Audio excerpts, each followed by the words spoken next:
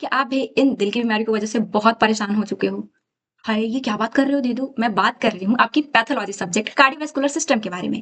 आज हम लोग देखेंगे कार्डियो मीन्स कि हार्ट एंड वेसल्स में जितने डिजीज़ कंडीशन होते हैं, वो पैथोलॉजी उसका क्या होता है? अगर हिंदी में कहूँ तो दिल का बीमारी होता कैसे है, उसके बारे में हम लोग डिस्कस करेंगे। और देखो ये चैप्टर इतिहास गवाह है कि हार्ट जब हेल्दी हो तो वो तो ट्रेंड में है ही, दिल लगाना मना था पर फिर भी लगा चुके हो। अगर डिजीज़ कंडीशन हो गई ना, वो भी उतना ही इम्पोर्टेंट होता है भाई, दिल है। सो एग्जामिनर जो भी पेपर सेट करते हैं, इससे क्वेश्चन भर-भर के देते हैं। आप पीवाईक्यू देख लेना। सो इम्पोर्टेंट है बहुत ज़्यादा यूनिट आज इस वीडियो में देखेंगे। देखो मेनली एक बार सिलेबस देख लेते हैं क्योंकि जो लोग चैनल पे नए आते हैं उनका एक ही कंसर्न होता है कि हमारे लिए वीडियो हेल्पफुल है या नहीं। तो पैथोलॉजी क्लास चल रही है, स्पेशल पैथोलॉजी यूनिट 2 चल रहा है। इसमें सारा सिस्टम दिया हुआ है और सिस्टम के अंदर जितने भी डिजीज कंडीशन है सबके बारे में पढ़ना है। रेस्पिरेटरी खत्म हो चुका है, जनरल पैथोलॉजी यूनिट 1 था वो भी मैं पढ़ा चुकी हूँ। अलग प्लेलिस्ट है, आप देख सकते हो, सारा इंपॉर्टेंट है और इससे पीपीजी अपने आप में हार्ड सब्जेक्ट है। क्लासेस जरूर देखना।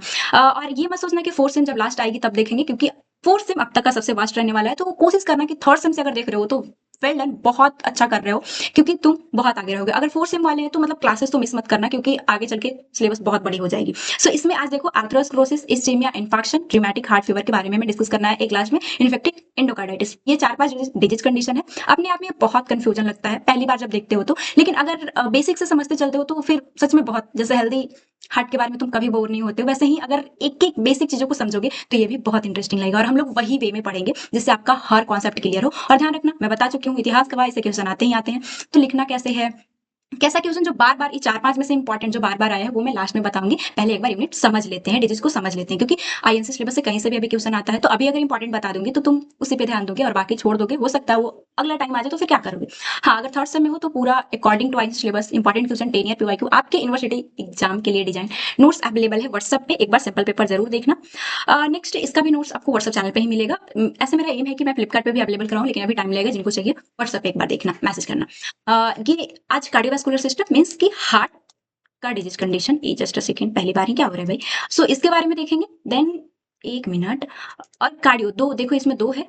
Cardio means heart and vascular, heart में कोई भी प्रॉब्लम हो तो उसका पैथोलॉजी, देन वेसल्स में कोई भी प्रॉब्लम हो उसका पैथोलॉजी। पहला जो देखेंगे वो वेसल्स वाला, वेसल्स देखने के बाद हम लोग हार्ट का देखेंगे। सो देखो नॉर्मल आज हमें अथेरोस्क्लेरोसिस पहला टॉपिक देख रहे हैं, तो इसका ये वेसल्स में प्रॉब्लम होगी। इसमें जो ये नॉर्मल हमें पता है वेसल्स, ये हमारा हार्ट है, वेसल्स के थ्रू पूरा ये कार्डियोवास्कुलर सिस्टम का यही है कि ये ब्लड को पंप करता है, ऑर्गन तक पहुंचाता है, ऑक्सीजनेटेड डीऑक्सीजनेटेड सारा प्रोसेस करके पूरा ऑर्गन को ये देगा। डीऑक्सीजनेटेड हो गया है तो फिर से ले जाएगा लंग्स के पास और फिर हार्ट में वो मतलब यहाँ से लंग में ये करके ऑक्सीजनेटेड करके फिर हार्ट में जाएगा और पूरा सप्लाई करेगा। सो ये जो ये सप्लाई वेसल्स के थ्रू कर रहा है, नॉर्मल इससे ब्लड जा रही है, बट क्या हो अगर इसमें ब्लॉकेज हो जाए। ऐसा समझो सिंपल कि आपके घर का नाली में ब्लॉकेज हो गया। अब ब्लॉकेज का आगे क्या हुई वो तो एडल्ट हेल्थ नर्सिंग में पढ़ते हो कि कैसे उसे ठीक भी करना है, लेकिन पैथोलॉजी में मेनली ये देखते हो कि ये ब्लॉकेज जो हुई है वो क्या है, हुई कैसे है। नॉर्मली हार्ट के बारे में एनाटॉमी में पढ़ लेते हो, इस वेसस के एनाटॉमी भी आप सब एनाटॉमी फर्स्ट सेम में पढ़ के आए हो, उसका फंक्शन फिजियोलॉजी में पढ़ लेते हो। लेकिन अब डिजीज कंडीशन हुई तो वो डिजीज कंडीशन कैसे फैली वो स्टोरी हमारा पैथोलॉजी बताता है, उसमें चेंजेस क्या आई वो पैथोलॉजी है। सो ये जो यहाँ पे ये ब्लॉकेज हुई है उसके बारे में हमें पढ़ना है। सो क्या है, atherosclerosis is thickening and hardening of large and medium size muscular artery. Mainly artery में ब्लॉकेज के बारे में देखना है, ये हार्ड हो जाता है। अब ये लार्ज एंड मीडियम का क्या है, हमें पता है कि आर्टरी बहुत सारे हैं। अब छोटे छोटे आर्टरी में अगर ब्लॉकेज हो तो उसके बारे में नहीं देखेंगे, मेनली हम लोग किसके बारे में देखेंगे, फैन ऑफ है तो ये मस्कुटो आएंगे, हमें डिस्टर्ब नहीं होना है। सो ये वेसल्स यहाँ पे मेनली कोरोनरी आर्टरी हो गया, लार्ज एंड मीडियम का देखेंगे लाइक पॉप्लिटियल। इसकी वजह से अगर यहाँ पे कोई प्रॉब्लम आए तो मेनली है कि सप्लाई रुकेगी और फिर आगे प्रॉब्लम होगा। सो वही हमें देखना है उसके थिकनिंग एंड हार्डनिंग को। इसमें होता क्या है, formation of intimal plaque atheroma which consist lipid. होगा क्या इसमें, ये हार्डनिंग हो रही है, थिकनिंग हो रही है आर्टरी का, किस कौन सा artery, medium and large artery का। ये इसमें इसका क्या देखने को क्या आपको मिलेगा अगर ये थिकनिंग हुई तो, फॉर्मेशन ऑफ प्लाक, इसमें प्लाक का फॉर्मेशन हो जाता है। इसको हम लोग अथ्रोमा बोलते हैं, इसीलिए इसका ये टोटल देखें तो अथेरोस्क्लेरोसिस नाम है, क्योंकि ये जो प्लाक का फॉर्मेशन हुआ उसे हम लोग एथ्रोमाज बोल रहे हैं। इसमें क्या रहता है, ये एथ्रोमाज में आखिर ये बना, जैसे मैं बताई हूँ कि अगर वेसल्स आपके नाली में ब्लॉकेज हुई तो ब्लॉकेज हुई कैसे, क्या वहां पे प्लास्टिक है, कोई ईंट है, आखिर क्या था जो ब्लॉकेज हो गई। तो ये जो एथ्रोमाज बना है वो लिपिड बेसिकली रहता है, मेनली कोलेस्ट्रॉल। इसीलिए सुने को कोलेस्ट्रॉल ज्यादा खाने की वजह से हार्ट की प्रॉब्लम होगी। हार्ट की प्रॉब्लम कैसे होती है वही देखेंगे। सो ये एथ्रोमा का बनना, प्लाक का बनना, यही हमारा एथेरोस्क्लेरोसिस है।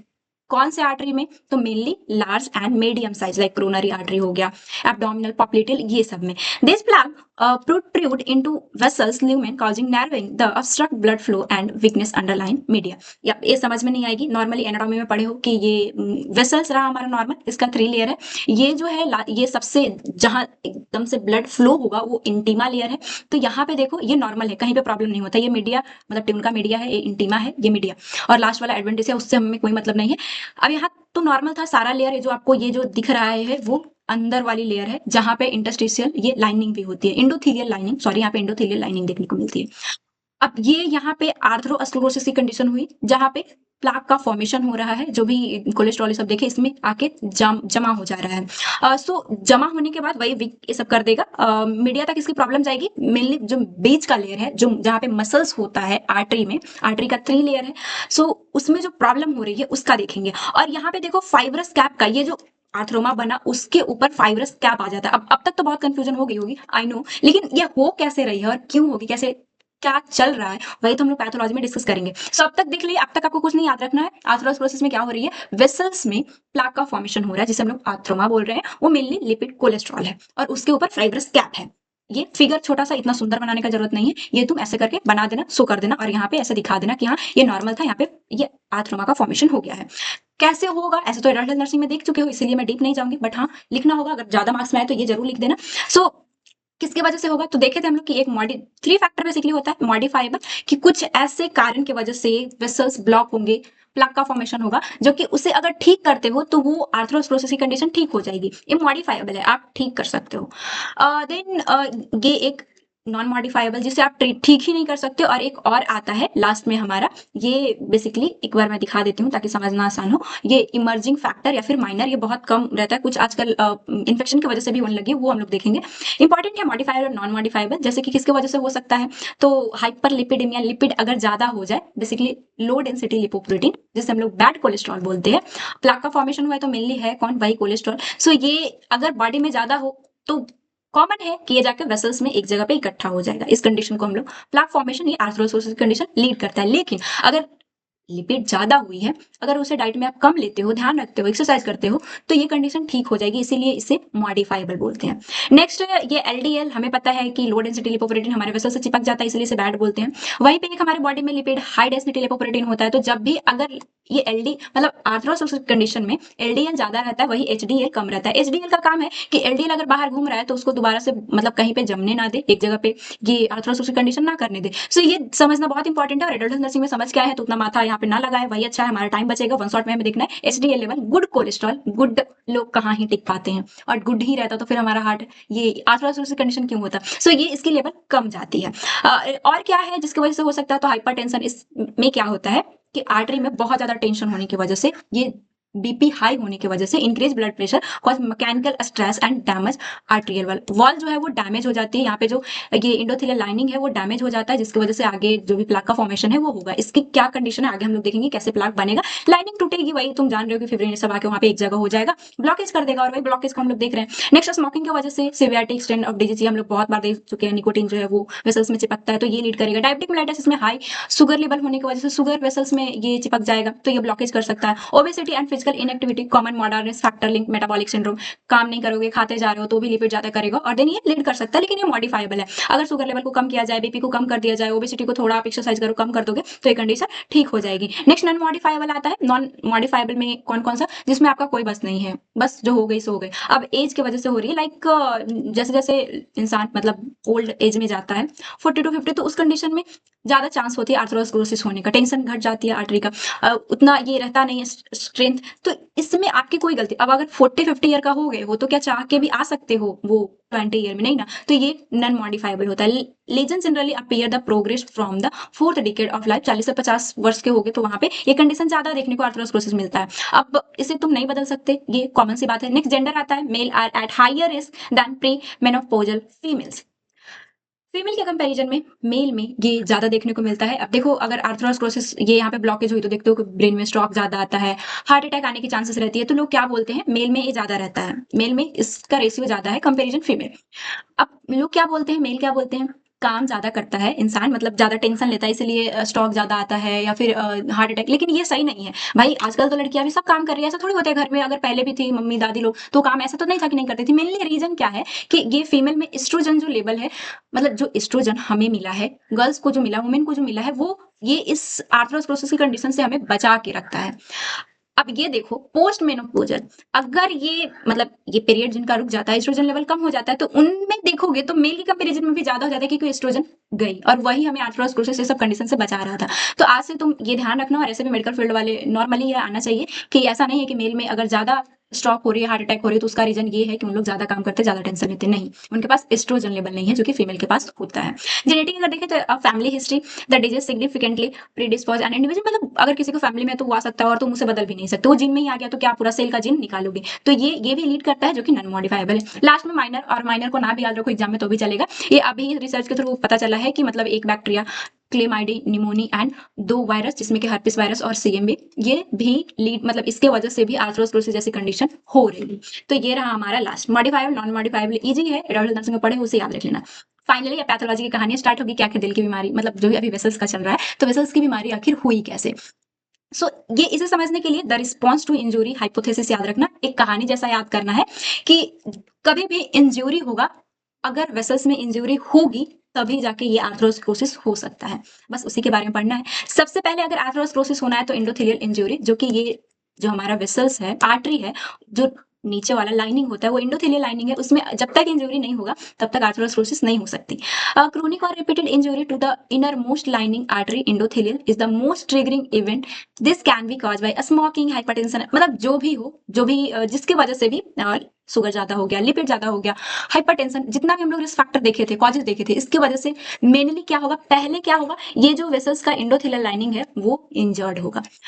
अब जैसे ही इंजर्ड होता है तब ये अपना रिस्पॉन्स दिखाएगा, मीन्स की इंजरी हो चुकी है और इंजरी के बाद ये रिस्पॉन्स देखने को मिलता है। So response to injury, injury endothelial lining जो वेसल्स का है, इंटीमा के अंदर जो लास्ट लाइनिंग है, वहां पे अगर इंजरी हुई तो रिस्पॉन्स दिखाएगा, क्या होगी। अब ये इंजरी हो चुकी है, यहाँ पे हमें पता है ब्लड फ्लो होते रहता है, इसमें बहुत सारी ब्लड में बहुत सारी चीजें होती है।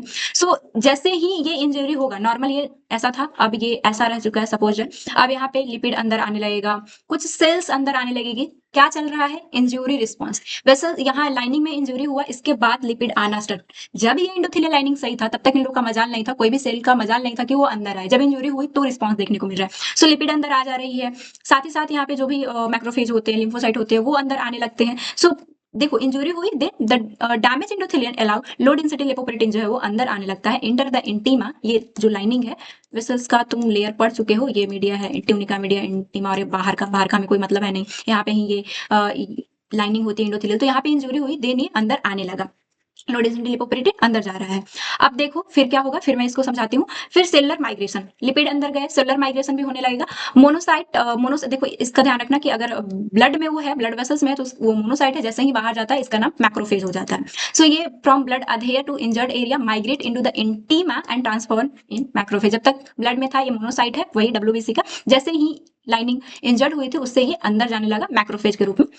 अब ये मैक्रोफेज, अभी मैक्रोफेज है, देन जो लिपिड अंदर है उसको खाकर यहाँ पे देखो ये फोम सेल बना लेता है, देखो यहाँ पे ये एंडोथेलियल लाइनिंग मेनली था, इंजर्ड हो गया, मोनोसाइट अंदर आए, मैक्रोफेज इसका नाम पड़ा, देन यहाँ से लिपिड भी अंदर आया था, जिसकी वजह से ये इसको खा लेगा लिपिड, और ये अब जो इसका नाम रहेगा वो फोम सेल, मैक्रोफेज ही ये लिपिड अंदर खा के फोम सेल बन गया है। तो ये रहा foam cell formation, macrophage and a smooth muscle cell ingest oxidize LDL, जो लो डेंसिटी लिपोप्रोटीन अंदर जाता है, ऑक्सीडाइज होता है और उसी को ये खा लेता है, becoming lipid load foam cell, वही फोम सेल बना लिया है। नेक्स्ट ये तो ठीक था, इंटीमा में चला। अब बीच वाला लेयर जो होता है हमें पता है कि वो मस्कुलर होता है वेसल्स का, ये जो बीच वाला लेयर है देखो ये इंटीमा लेयर है, ये मीडिया लेयर है, ये तुम एनाटॉमी में पढ़ के आए हो, लास्ट वाला एडवेंटेज है, इससे मेरा कोई मतलब नहीं है।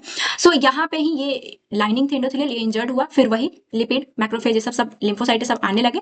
लिम्फोसाइट का वही है, टी जो भी है वो अपना वैसे ही रहेगा, मैक्रोफेज जैसे ही ब्लड से बाहर आता है मोनोसाइट, वो मैक्रोफेज कहलाने लगता है। सो ये मैक्रोफेज, और जब ये लिपिड को ऑक्सीडाइज एलडीएल जो अंदर आया था इंजर्ड होने के बाद, उसको खाने के बाद फोम सेल बना लिया, इसका भी कुछ बात होता है, ये भी बाहर जाने लगता है। सो ये देखो इसमें भी रिस्पॉन्स चेंजेस देखने को मिलते हैं। Smooth muscle proliferation in response to growth factor release by platelet and macrophage, a smooth muscle cell migrate from media to intima. कभी भी अंदर वाले लाइनिंग में मस्कुलर कुछ नहीं होता वहां पे, लेकिन इंजर्ड होने की वजह से ये मीडिया लेयर भी, इस यहाँ के भी चीजें बाहर जाने लगते हैं और वहां पे प्रोलिफरेट होने लगते हैं, और वही फाइब्रस कैप बना लेता है लिपिड देखो यहाँ पे ये बीच वाला लेयर ये भी ऊपर जाने लगा इंटीमा में। ऐसे कभी भी मसल वाले ये मस्कुलर चीजें यहाँ पे नहीं, इंटीमा लेयर में नहीं पाया जाएगा, लेकिन क्योंकि इंजर्ड हुई है तो ये भी जाने लगता है। और इस तरह से यहाँ पे देखो फाइब्रस कैप जो यहाँ पे हम लोग देखे थे उसका फॉर्मेशन एक बार हटा देती हूँ ताकि तुम अच्छे से देख पाओ। ये देखो फाइब्रस कैप बना लेता है। आज गर्मी बहुत ज्यादा है और फैन अगर ऑन करूंगी इतना आवाज आएगा, सो यहाँ मैं ऑफ करके रखी हूँ। देखो यहाँ पे ये फाइब्रस कैप इस तरह से बनाया है, वो जो मसल बीच का लेयर आया था। अब मैं पेन ले लेती हूँ। सो इस तरह से हम लोग देख लिए पैथोजेनेसिस कि आखिर ब्लॉकेज हुई है तो वहां पे क्या है, फोम सेल है, लिपिड है, यहाँ पे लिम्फोसाइट कुछ है, और साथ ही साथ ये हमारा बीच वाला भी आया है और ये कैप बना रहा है। तो इस तरह से पूरा इसकी कहानी होती है खत्म। Finally smooth muscle proliferation, response to growth factor, और ये लिपिड को कैप जैसा फाइब्रस कैप बनाया है। अब बात आती है मॉर्फोलॉजिकल स्टेट एंड लीजन कि वो बना तो वो दिखेगा कैसा, क्योंकि पैथोलॉजी में एक तो हम लोग कहानी देखते हैं फिर उसमें चेंजेस क्या आई वो देखते हैं। तो अब वो लीजन जो बना है, जो ब्लॉकेज आई है, उसका थोड़ा सा और देख लेते हैं। तो वो कैसे कैसे होगा, जैसे कि वेसल्स नॉर्मल था, वहां पे प्लाक का फॉर्मेशन हुई। तो ऐसा समझो कि एक जब बच्चा मम्मा के ओम में है तो वो एकदम से बड़ा बन के बच्चा ऐसा नहीं दिखता, धीरे धीरे उसकी ग्रोथ होती है। पहले भ्रूण रहता है, ये आगे बढ़ता जाता है। वैसे ही ना ये जो आपको इतना बड़ा प्लाक फॉर्मेशन देखने को मिला, वो बड़ा एकदम से नहीं बनेगा, धीरे धीरे बढ़ते जाएगा। सो वही के बारे में बस हमें डिस्कस करना है। देखो चाहो तो तुम इतना भारी भरकम डायग्राम ना बना पाओगे एग्जाम में, तो मैं आपसे प्रॉमिस की हूँ कि एग्जाम में कैसे लिखना है वो बताऊंगी। तो ये छोटा सा जरूर बना लेना कि बीच में ये लिपिड है, मैक्रोफेज जो आके लिपिड ऑक्सीडाइज एलडीएल को खाया था उससे फोम सेल बनाया है, और इधर स्मूथ मसल जो बीच वाले लेयर से बाहर गए थे। बस इतना ही बनाना है और अच्छे से लिख देना है, जो भी है उसे इंडिकेट कर दो।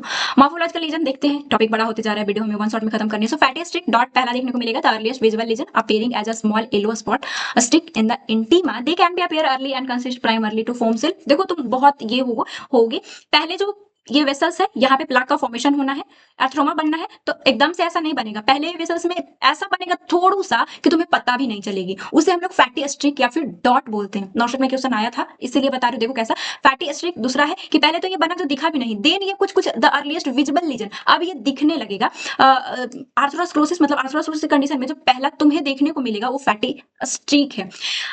अगर यहाँ पे बनाकर कहानी जैसा क्वेश्चन था, पहले जो बना वो डॉट था जो कि विजिबल नहीं था, लेकिन जो पहली बार दिखा उसे हम लोग फैटी स्ट्रीक बोलते हैं। देन इंटरमीडिएट लेजन मतलब अब थोड़ा थोड़ा बड़ा होने लगा, मतलब इतना से इतना होगा, वो इंटरमीडिएट लेजन कहलाएगा। देन आर्थ्रोमेटस प्लाक, अब फाइनली फाइब्रोफैटी प्लाक बनेगी, a mature lesion featuring central soft core lipid cholesterol and form fibrous cap, मतलब जो भी यहाँ पे देखे हो ना, अब वो पूरा बन जाएगा। यहाँ पे lipid, foam cell, smooth muscle, ये सब आ जाएंगे। ये 4 कंडीशन है। क्या देख रहे हैं, जो स्टोरी जनरेट मतलब डिजीज कंडीशन जो हो रही है वो फाइनली कैसे हो रही है, और जब हो रही है तो वहां पे वो दिख कैसा रहा है, मॉर्फोलॉजी उसका कैसा है। सो यहाँ फाइनली देख ली कि वो बन गया। देन ऊपर से फाइब्रस कैप, फिफ्थ में आया कि फाइब्रस कैप भी आ गया, और लास्ट में कॉम्प्लिकेटेड प्लाक भी अगर ठीक नहीं करते हो तो ये बहुत ज्यादा कॉम्प्लिकेटेड भी हो सकता है। Advance plaque that undergo dangerous changes such as calcification, ulceration, rupture हो सकता है, हेमरेज हो सकता है, ये बार बार होकर और भी फिब्रिन से सब आने लगते हैं, क्लॉट का बहुत फॉर्मेशन। मतलब ये अभी तो ये नॉर्मल है कि इतना ही दूर में है, फिर भी अभी ब्लड कुछ कुछ जा रहा है, लेकिन अगर ट्रीट नहीं करते हो, ये अगर कॉम्प्लिकेटेड प्लाक के रूप में आ गया तो पूरा आर्टरी को भी ब्लॉक कर सकता है। और जब पूरा आर्टरी ब्लॉक होगी तो वही आगे चल के इस चीज में लीड करेगा, जो कि इससे आगे तो पढ़ने वाले हो। तो बस यही था हमारा आर्थ्रोस्क्लेरोसिस, जो फाइनली वेसल्स में ब्लॉकेज आई, प्लाक बना, आर्थ्रोमा बना। वो कैसे बना, पहले तो हम लोग देखे पैथोजेनेसिस कि इंडोथेलियल इंजरी हुई थी, उसके वजह से मैक्रोफेज, लिम्फोसाइट एंड लिपिड आया। ये मैक्रोफेज लिपिड को खाकर ऑक्सीडाइज फॉर्म में एलडीएल को खाकर ये फॉर्म सेल बदल गया, और फिर मसल्स का कुछ था, और इस तरह से ये प्लाक का फॉर्मेशन हुआ था। देन हम लोग देखे कि जब ये बन रहा है तो कैसे बन रहा है, पहले लीजन दिखा, फिर बड़ा होते गया, फिर कॉम्प्लिकेटेड होकर बहुत फाइब्रस हो सकता है। इतना ही था। अब ये जो क्लिनिकल है कुछ सिम्टम, ये तुम एडल्ट हेल्थ नर्सिंग में पढ़े हो, तो बस मैं ऐसे ही रीड कर देती हूँ, वन शॉट है। अगर सब देखेंगे तो वीडियो 5 घंटे की होगी, और इतना हमें हम लोग पढ़े तो उसी को क्यों देखना। कॉमन साइट कहाँ है, तो एब्डोमिनल एटा, जैसे कि हम लोग देखे थे कि ये मीडियम या फिर लार्ज में हो सकता है, तो एब्डोमिनल में हो सकता है, क्रोनरी आर्टरी, पॉप्लेटल आर्टरी, यहाँ पे ये आर्थ्रोमा का फॉर्मेशन, प्लाक का फॉर्मेशन वेसल्स में, आर्टरी में हो सकता है। क्लिनिकल कॉम्प्लिकेशन क्या आएगा, इस्चेमिक हार्ट डिजीज, यही हम लोग आगे देखेंगे कि देखोगे इस्चेमिया, क्रोनरी हार्ट डिजीज, ये सब की कंडीशन आगे जितने भी चीजें हार्ट से रिलेटेड जो ब्लड सप्लाई ना मिलने की वजह से होता है, उसमें मेन आर्थ्रोस्क्लेरोसिस का रोल है। 90% यही लीड करता है। ये कॉन्सेप्ट आगे ही आपका अभी जो उलझन थोड़ा सा लग रहा है वो क्लियर हो जाएगा। सेरेब्रल इंफार्क्शन, स्ट्रोक ही लीड करता है। अगर ब्रेन वाला में हुआ, यहाँ पे ब्लॉकेज हुई तो स्ट्रोक देखने को मिलती है। एनीरिज्म फॉर्मेशन कि यहाँ पे प्लाक का फॉर्मेशन हुआ है, देखो प्लाक का फॉर्मेशन हो जाएगा, यहाँ पे ये आर्टरी, ये बल्किंग जैसी कंडीशन होगी, और यही तो हमारा एनीरिज्म कंडीशन है। एडल्ट नर्सिंग में पढ़ के आए हो भाई, और आई नो कि तुम जान रहे होगे, और मेरी प्यारी बहनों भी। नेक्स्ट आता है peripheral vascular disease can lead intermittent, अगर बाहर ये हार्ट का देखे, ब्रेन का देखे, उससे अंदर पेरिफेरल में हो रहा है तो ये पेरिफेरल वास्कुलर लीड करेगा। गैंग्रीन की कंडीशन लोअर एक्सट्रीमिटी में, लोअर में हुआ तो फिर अगर सप्लाई मेनली वेसल्स कर क्या रहा है, ब्लड का सप्लाई कर रहा है, अगर उसमें ब्लॉकेज हुआ तो सप्लाई नहीं मिलेगी इस्चीमिया और आगे चल के गैंग्रीन लीड करना। तो यही बस बताया जा रहा है। अगर यूनिट 1 से देख रहे हो, डल्टन नर्सिंग में पढ़े हो, तो उनको ये बहुत ईजी लग रहा होगा। और मैं बताई हूँ पैथोलॉजी, अगर तुम्हारा बेसिक क्लियर नहीं है तो तुम्हें पैथोलॉजी हार्ड लगी, लेकिन जिनका बेसिक क्लियर है, एक बार अगर ठंडे दिमाग से पढ़ोगे भी ना, तो सारा चीजें लिंकेज होती है और तुम लास्ट में ये पाओगे, ज्यादातर यही पाओगे कि इन्फ्लामेशन हो रही है, कोई भी न्यूट्रोफिल आ जा रहा है, न्यूट्रोफिल के बाद माइक्रोफेज आता है, माइक्रोफेज के बाद वही फाइब्रोब्लास्ट, फिब्रिन का, यही 3-4 पॉइंट चलते रहता है। अभी मैं समझाऊंगी, नहीं समझ में आएगा, वन शॉट कभी मैं दूंगी, जब तुम पूरा पढ़ लोगे तो देखना पैथोलॉजी कितना ईजी लगता है। अब तुम्हारा रोल, इसीलिए एक नर्स हो भाई, जब एक कंडीशन हुई तो ऐसे तो जनरल नर्सिंग में पढ़ लिए हो, लेकिन यहाँ पे भी अपना रोल जरूर डालना। यही फर्क होता है कि अगर तुम यूट्यूब पे रैंडमली वीडियो देखते हो तो तुम्हें अपना रोल नहीं पता चलेगा, और एग्जाम में तुम्हें अपना रोल लिखना बहुत जरूरी है कि तुम एक नर्स हो तो इस कंडीशन में क्या कर सकते हो। सो डाइटरी मैनेजमेंट, लिपिड ज्यादा लेने की वजह से हो रहा था, किसी का शुगर लेवल ज्यादा है तो उन्हें शुगर कम करना, डाइटरी मैनेजमेंट, लिपिड लेवल कम करना उनके डाइट से, ब्लड प्रेशर मॉनिटरिंग हमेशा करते रहना, लाइफ स्टाइल काउंसलिंग, ये सब देते रहना। तो ये नॉर्मल है और तुम जानते भी हो, बस लिख दी हूँ, नोट्स में अवेलेबल रहेगा, व्हाट्सएप पे मिलेगा, वहां से जाके एक टाइम, वन टाइम, अभी मैं पढ़ा दूँ, कॉन्सेप्ट क्लियर, एग्जाम से पहले रिविजन कर लेना, काम खत्म। और सारी चीजें एक जगह इसलिए रहती है और उसी वे में इसलिए आंसर रहता है ताकि तुम समझ सको, जब तुम्हारे पास कम भी टाइम हो तो उस चीजों को पढ़ो और तुम्हें ये ना रहे कि दिमाग खुद से ना लगाना पड़े कि यहाँ पे क्या लिखे और क्या ना लिखे, वहां पे है बस याद करके और एग्जाम कॉपी में ऐसे ही लिखना है। इसीलिए एंड इन्फेक्शन देख लेते हैं सेकंड, एक बार सिलेबस मैं दिखा देती हूँ ताकि आप कंफ्यूज ना हो। अभी हमारा आर्थरोस्क्लेरोसिस खत्म, इंपॉर्टेंट टॉपिक है, एग्जाम में आता है, प्रीवियस पेपर देखना, सो इसे देखना होगा। इसमें मैंने कुछ नहीं पढ़ाया, प्लाक का फॉर्मेशन हुआ, कैसे हुआ, तो रिस्पांस, इंजुरी टू रिस्पांस की एंडोथेलियल लाइनिंग जो इंटीमा में है वो इंजर्ड हुआ, जिसकी वजह से वही लिपिड अंदर गया, लो डेंसिटी लिपोप्रोटीन वाला, और फिर सेल्स गए और सेल्स जाने की वजह से फिर ये मसल का आया और इस तरह से प्लाक का फॉर्मेशन हो गया। और कैसे हुआ, थोड़ा थोड़ा ग्रोथ कैसे होते गया उसको देखें। आज सेकंड है ischaemia and infection. Ischaemia and infection थोड़ा बड़ा लगेगा टॉपिक, सो उसे देखते हैं हम लोग। और इसके अंदर यही रीजन है कि कभी कभी इस यूनिट से ऐसा क्वेश्चन आता है जो कि तुम समझ नहीं पाते हो कि ये तो सिलेबस में नहीं था फिर भी दे दिया है, लेकिन जब तक तुम डीप पढ़ोगे नहीं तब तक क्वेश्चन पैथोलॉजी का सॉल्व करना पॉसिबल नहीं है। इंपॉर्टेंट क्वेश्चन मैं भी देती हूँ, लेकिन इंपॉर्टेंट तभी काम करता है जब कॉन्सेप्ट आपके अंदर हो और उस चीजों को आप समझे हो, लिख सकते हो। देखो इस्चीमिया के अंदर ही तुम्हें ये एंजाइना पेक्टोरिस पढ़ना होगा और एंजाइना पेक्टोरिस कहीं सिलेबस में नहीं है, एग्जाम में भी आता है, तो कैसे लिखोगे।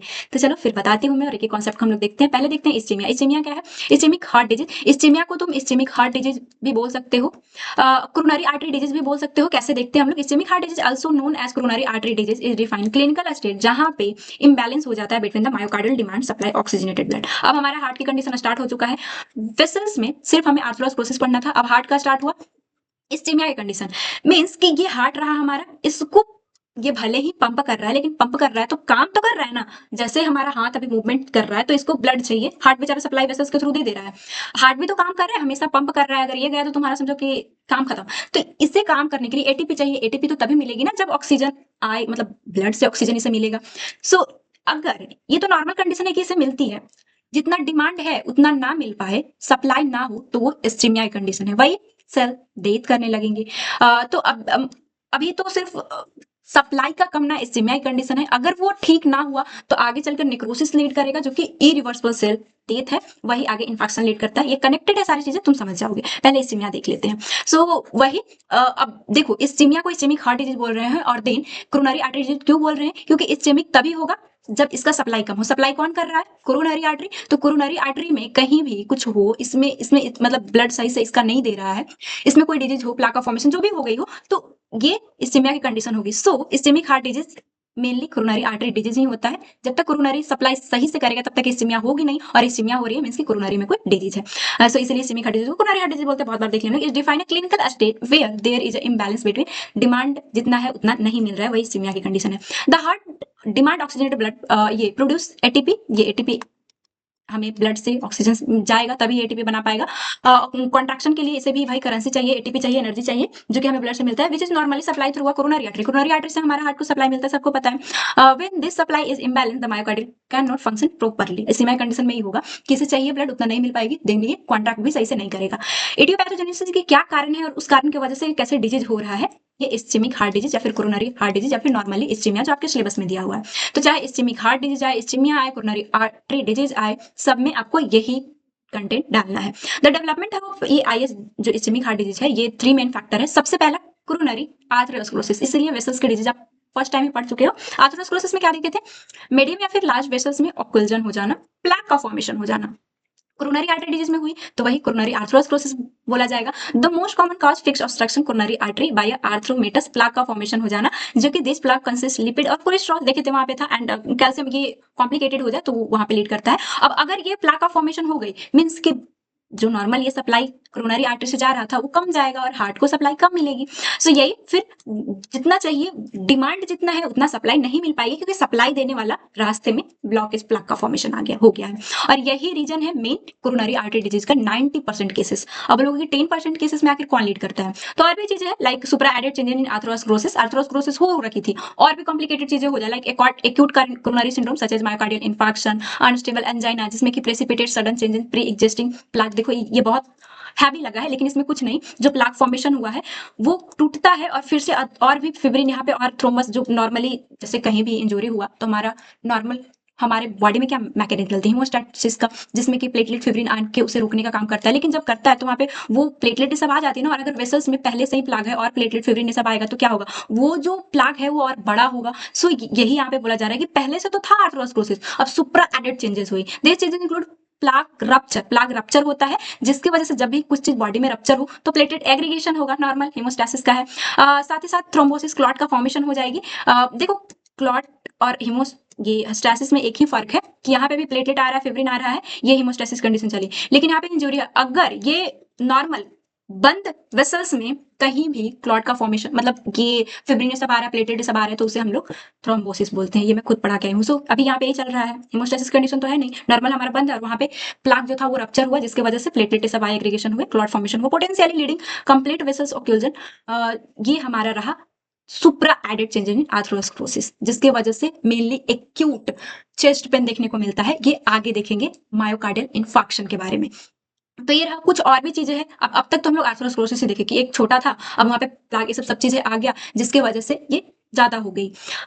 आर्थरोस्क्लेरोसिस चल रहा था, नॉन आर्थरोस्क्लेरोसिस कॉजेज भी है like this include coronary artery vasospasm. अब तक यहाँ पे ब्लॉकेज कुछ चीजें आई, लिपिड आया, ये देखे हम लोग की प्लेटलेट आया, जिसकी वजह से ये ब्लॉक हुआ था आर्टरी। लेकिन क्या हो अगर वो पाइप को तुम, जैसे तुम्हारा पाइप है उससे पानी जा रही है, उसको अगर ऐसे दबा दो तो क्या होगा, तो भी ब्लॉकेज रुक जाएगी। तो उस कंडीशन को हम लोग वैसोस्पाज्म बोलते हैं, sudden tightening of vessels wall artery emboli, external compression of artery. इसका रीजन बहुत सारा हो सकता है, वैसोस्पाज्मिक कंडीशन, या फिर ऐसा भी समझो कि कहीं पे ट्यूमर ग्रोथ हो रही है और वहां पे वेसल्स है तो इसे दबा देगा, और दबाएगा तो इसकी ये जो रास्ता जिससे ब्लड जा रहा है वो ब्लॉकेज हो जाएगा, और ब्लॉकेज होगा तो वही जितना डिमांड है उतना सप्लाई नहीं मिल पाएगी, और वही इस्केमिक हार्ट डिजीज है, कोरोनरी आर्टरी डिजीज देख रहे हैं हम लोग। फैक्टर दैट इंक्रीज, और भी चीजें लाइक कभी कभी ऐसा भी होता है कि चलो आर्टरी ठीक है, डिमांड कभी कभी ज्यादा हो जाए like cardiac hypertrophy, often trigger ischemic episode, नहीं यहाँ पे देखो फिजिकल एक्सर्शन, इमोशनल स्ट्रेस, इस टाइम पे डिमांड ज्यादा रहता है नॉर्मल सप्लाई से ज्यादा, तो ये भी लीड करेगा। लेकिन ये जैसे ही तुम खत्म करते हो ठीक हो जाएगा। डिजीज कंडीशन ज्यादातर जब उसमें आर्टरी में कोई ऑक्लूजन आ गया तभी बोली जाएगी। इफेक्ट ऑफ मायोकार्डियल इस्केमिया देखते हैं। अब तक देख लिए कि है क्या, कैसे ये लीड करेगा, और लीड करेगा तो कैसे कैसे आकर कैसे प्लाक का फॉर्मेशन हो रहा है वो हम लोग आर्थरोस्क्लेरोसिस में देख लिए। सुप्रा एडेड में देखिए कि फिब्रिन ये सब आ गया, थ्रोम्बस का फॉर्मेशन हुआ। देन कुछ और भी चीजें हैं जो कि आर्थरोस्क्लेरोसिस से रिलेटेड नहीं है, लाइक स्पाज्म हो जाना, जिसकी वजह से एयरवे ब्लॉकेज हुआ और इस्केमिया लीड किया। अब इस्केमिया होगी तो होगा क्या, ये बहुत इंपॉर्टेंट है, और इसे समझ लेते हो तो ही इस्केमिक एंड इन्फेक्शन को आप समझ पाओगे। वन शॉट है, हम लोग जल्दी जल्दी कोशिश कर रहे हैं कि कवर हो। देखो बीच में कहीं भी प्रॉब्लम आती है उस टाइम लाइन के साथ मुझे भेजना, मैं हर डाउट को क्लियर करती हूँ। तो कहीं भी प्रॉब्लम आए लिखना जरूर। मैं जानती हूँ वन शॉट की वजह से थोड़ा मैं फास्ट चलती हूँ, और फास्ट चलना भी जरूरी है क्योंकि पूरा सिलेबस अभी बचा हुआ है। 4 से वाले मतलब बहुत मैसेज आता है, अडल्ट नर्सिंग 2 पढ़ाओ दीदू, जेनेटिक पढ़ाओ, ये वो। देखो तुम्हारा खत्म होगा, लेकिन रिक्वेस्ट है, और तुम लोग अभी बहुत नाराज होने वाले हो, अभी तुम्हारा ना 15 से 20 दिनों तक क्लासेस में थोड़ा प्रॉब्लम रहेगी, क्योंकि अभी बता दूं कि रांची यूनिवर्सिटी ऐसा यूनिवर्सिटी है, बच्चे 7 सेमेस्टर में, स्टूडेंट 7 सेमेस्टर में है और उनका 3rd सेमेस्टर का अभी एग्जाम आया है। क्योंकि वो लोग बहुत पहले से इस चैनल से जुड़े हुए हैं, सो उनका मैं वन शॉट लाने वाली हूँ। तो तुम अभी अभी बौखला जाओगे कि 3rd सेमेस्टर तो खत्म हो गया था, फिर क्यों वन शॉट ला रहे हो, सो उनकी रिवीजन चलेगी, जिसकी वजह से, और मेरे घर में भैया का शादी है तो थोड़ा अफेक्ट होगा आपका क्लास। कब तक, मेनली 20 अप्रैल तक हो सकता है, लेकिन इसके बाद मेरे पास बहुत लोगों का मैं देखी हूँ डेट से जुलाई में आएगा, मैं कवर करूंगी। जैसे वन शॉट, जब मैं वन शॉट पे आती हूँ तो सिलेबस बहुत छोटा हो जाता है, और ये सच बता रही हूँ, जब मैं दिन रात एक कर दूँ, लाइक कल मैं 1 बजे सोई थी, ऐसे मेरा होता है तो मैं कवर कर देती हूँ। तो तुम बहुत ज्यादा अभी से ये मत हो जाना कि दीदी साथ नहीं देगी या फिर नहीं पढ़ाएगी, मैं पढ़ाऊंगी, सब करूंगी, लेकिन ये रियलिटी है कि अभी 15 से 20 डेज आपकी क्लासेस रुकेगी, तो थोड़ा मैनेज कर लेना, एंड सिलेबस मेरी जिम्मेवारी है तो मैं पूरा करवाऊंगी। चलो देखते हैं कि आखिर होगा क्या। जब इस्केमिया होता है हार्ट में तो क्या क्या लीड करता है, मेनली 4 चीजें। इस्केमिया हो रहा है, जितना सप्लाई चाहिए जितना डिमांड चाहिए उतना सप्लाई नहीं हो रहा है, वो इम्बैलेंस हो रहा है। तो वो क्या लीड करेगा?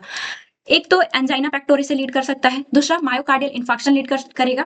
सिर्फ ब्लड जितना डिमांड है उतना सप्लाई ना मिलने की वजह से। डिपेंड करता है कि सीवियरिटी कैसी है। ये चीजें बस अभी देखो, फिर हम लोग डिटेल में इसी को पढ़ने आए, इसी को समझने आए, एग्जाम में भी पूछता है। सो एंजाइना पेक्टोरिस लीड कर सकता है, मायोकार्डियल इंफार्क्शन लीड कर सकता है। अगर इस्टेमिक अभी तो ठीक है, नॉर्मल है, ठीक नहीं करते हो तो ये क्रोनिक जा सकता है, और लास्ट सडन कार्डियक डेथ भी हो सकती है। लंबे समय से उसकी डिमांड पूरा नहीं करोगे तो क्या करेगा? वो तरस तरस के मर जाएगा, हमें नहीं सप्लाई मिली, तो इस तरह से डेथ भी हो सकती है। इसमें इंपॉर्टेंट है आपको पढ़ना angina pectoris and myocardial infarction. Infarction तो चलो हमारे सिलेबस में दिया हुआ है, लेकिन एंजाइना पेक्टोरिस कहीं नहीं दिया हुआ है, और एंजाइना पेक्टोरिस इस्चेमिया के अंदर ही आता है। चलो देखो कैसे, क्योंकि ये आएगा। सो एक बार पढ़ा दे, मतलब एंजाइना और इंफेक्शन का थ्योरी नहीं देखोगे, वन शॉट है, सिलेबस मतलब नोट्स में रहेगा तो देख लेना। क्रोनिक इन लोगों का भी डिटेल में देखेंगे। तीसरा देख लेते हैं, इस्चेमिया की वजह से क्या क्या हो सकता है। कोरोनरी इस्चेमिक हार्ट डिजीज हो सकता है, a gradual progressive form of heart disease often resulting in heart failure due to long term ischemic damage and fibrosis. अगर ठीक नहीं करते तो प्रोग्रेस हो जाएगा, फाइब्रोसिस सब की कंडीशन हो जाएगी, पूरा डैमेज होने लगेगा। ये क्रोनिक इस्चेमिक हार्ट डिजीज बोला जाएगा। अब ये सडन कार्डियक डेथ का क्या है? This can occur unexpectedly often due to fatal arrhythmia like ventricular fibrillation होने लगेगा, ट्रिगर एक्यूट इस्चेमिक इवेंट, और डेथ भी हो सकती है। धड़कने के बजाय हार्ट अगर फड़कने लगे तो क्या हो जाएगा? ये एरिथमिया कंडीशन है, फिब्रिलेशन है, सभी कंडीशन। और वैसे में सप्लाई बिल्कुल भी नहीं मिल पाती है हमारे हार्ट को, और काम भी वो बहुत ज्यादा ये करते रहता है, जिसकी वजह से डेथ भी होती है। हम लोग एडल्ट नर्सिंग में पढ़े थे। तो ये चीजें इस्चेमिया की वजह से हो सकता है। नॉर्मल तुम चलते फिरते, मतलब इंसान के साथ हो ही रहा है कि वो चल फिर रहा है, चलते फिरते इंसान बहुत ज्यादा लिपिड कंज्यूम कर रहा है, सेडेंटरी लाइफस्टाइल है, शुगर लेवल ज्यादा हो गई, कोरोनरी आर्टरी ब्लॉक हो गया। कोरोनरी आर्टरी जैसे ही ब्लॉक होगा, जैसे ही सप्लाई कमेगी, तुम चलते फिरते एक इंसान को देख रहे हो और उसकी सडन डेथ, ये सिर्फ वहां पे ये ऑकुलजन हुआ, प्लाका फॉर्मेशन हुई, जितना सप्लाई डिमांड चाहिए था सप्लाई नहीं मिली, और इस तरह से ये डेथ भी लीड करेगा। चलो ये तो तुम समझ चुके हो, आई नो। अब जो इस्चेमिया की वजह से जो एंजाइना पेक्टोरिस इफेक्ट देखने को मिलता है वो देख लेते हैं। और ये ना एडल्ट हेल्थ नर्सिंग में टॉपिक है, और एग्जाम में भी बहुत लोग देख के अगर लिख के आए हो तो दिए भी होगा, थर्ड सेम वाले। अगर थर्ड सेम से हो आप तो बहुत अच्छा आपके लिए अपॉर्चुनिटी है। पैथोलॉजी में ना पढ़ लेते हो तो पैथोफिजियोलॉजी एडल्ट नर्सिंग का पढ़ने का जरूरत ही नहीं रहता। सो मैं तो यही बोलती हूँ कि थर्ड सेम वाले को ना सबसे पहले पैथोलॉजी पढ़ना चाहिए, क्योंकि इससे जितना भी टर्म है एडल्ट नर्सिंग इतना ईजी हो जाता है कि तुम सोच नहीं सकते। सो एंजाइना पेक्टोरिस का मतलब क्या है? ये मतलब इसका देखो तो ये लैटिन से आया कि इसका मतलब होता है स्ट्रैंगलिंग, फीलिंग ऑफ चेस्ट, ऐसा कि एकदम कोई दबा रहा है, उसमें इसमें बहुत अजीब पेन होता है। इसका मेन सिम्टम ही यही है कि जो तुम्हारे पास पेशेंट आएगा वो ऐसे, मेरा यहाँ पे पेन हो रहा है बहुत, एकदम जैसे मुट्ठी कोई ये कर रहा है ना, उस तरह से उसे एकदम बहुत पेन दिखने को, पेन उसे फील होता है।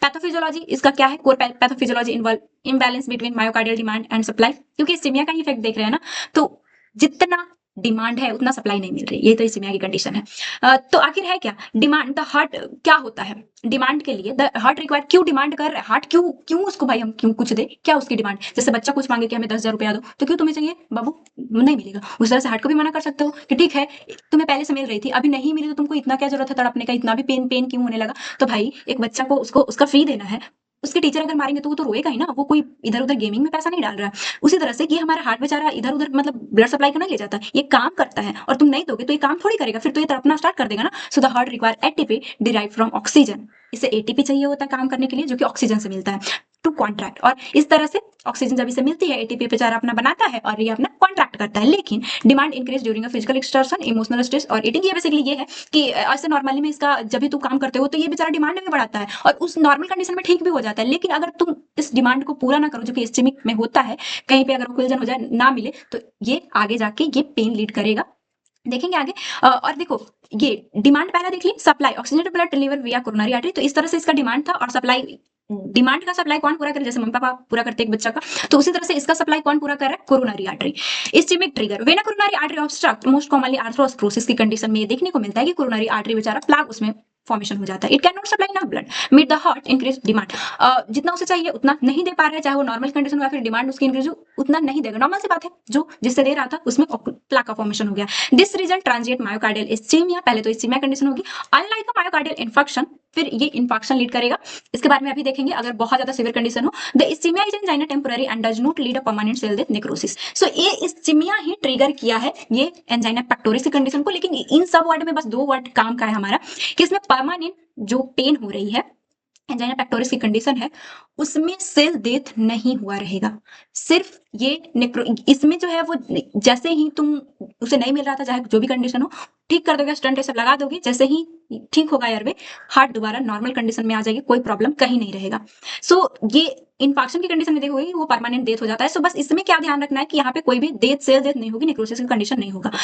ये जो इन्फेक्शन हुई, सॉरी अभी हम लोग देख रहे हैं एंजाइना पेक्टोरिस, जिसमें कि पेक्टोरिस का मतलब होता है चेस्ट और इसमें स्ट्रैंगलिंग हो रहा है, बहुत ज्यादा पेन हो रही है, उसमें क्लिनिकल फीचर क्या देखने को मिलेगा? सेंसेशन बहुत ही ज्यादा heaviness, squeezing, burning and choking feeling होता है, बहुत ही ज्यादा उसे लग रहा है कि पता नहीं हार्ट में क्या हो रहा है। लोकेशन प्राइमरली रेट्रोस्टर्नल, स्टर्नम के नीचे, बिहाइंड या फिर बिहाइंड द स्टर्नम बोलो क्योंकि वहां ही हार्ट है, तो उसे पेन होगा। पेक्टोरिस रीजन में ओवर द हार्ट, वहां पे ही उसे पेन फील होती है। रेडिएशन भी इसमें देखने को मिलता है। जो फीचर है मेनली देख रहे हैं कि जब एंजाइना पेक्टोरिस होगी तो क्या फीचर रहेगा? The discomfort offer radiate left arm, neck, jaw and right arm. ये मैं ये फिजियोलॉजी में पढ़ा कर आई हूँ, इसका मतलब ऑरिजिन एक जगह से हुआ है, इसीलिए नर्व का सेंसस मतलब ब्रेन कंफ्यूज होता है, और लेफ्ट आर्म में भी हमें मतलब यहाँ हार्ट है और लेफ्ट आर्म में हमें फील होता है, देखने को मिलता है। सो ये रेडिएशन भी इसमें रहती है लेफ्ट आर्म में। कई बार ये क्वेश्चन नॉर्मल है, एमसीक्यू यूनिवर्सिटी में इतना ईजी आ सकता है, तो तुम ध्यान रख लेना कि जब भी ये एंजाइना पेक्टोरिस हो तो उसका रेडिएशन कहाँ देखने को मिलेगा? तो लेफ्ट आर्म में। ड्यूरेशन एंड रिलीफ देखे तो टिपिकली ये जो एंजाइना पेक्टोरिस है, पेन हो रहा है, 1 से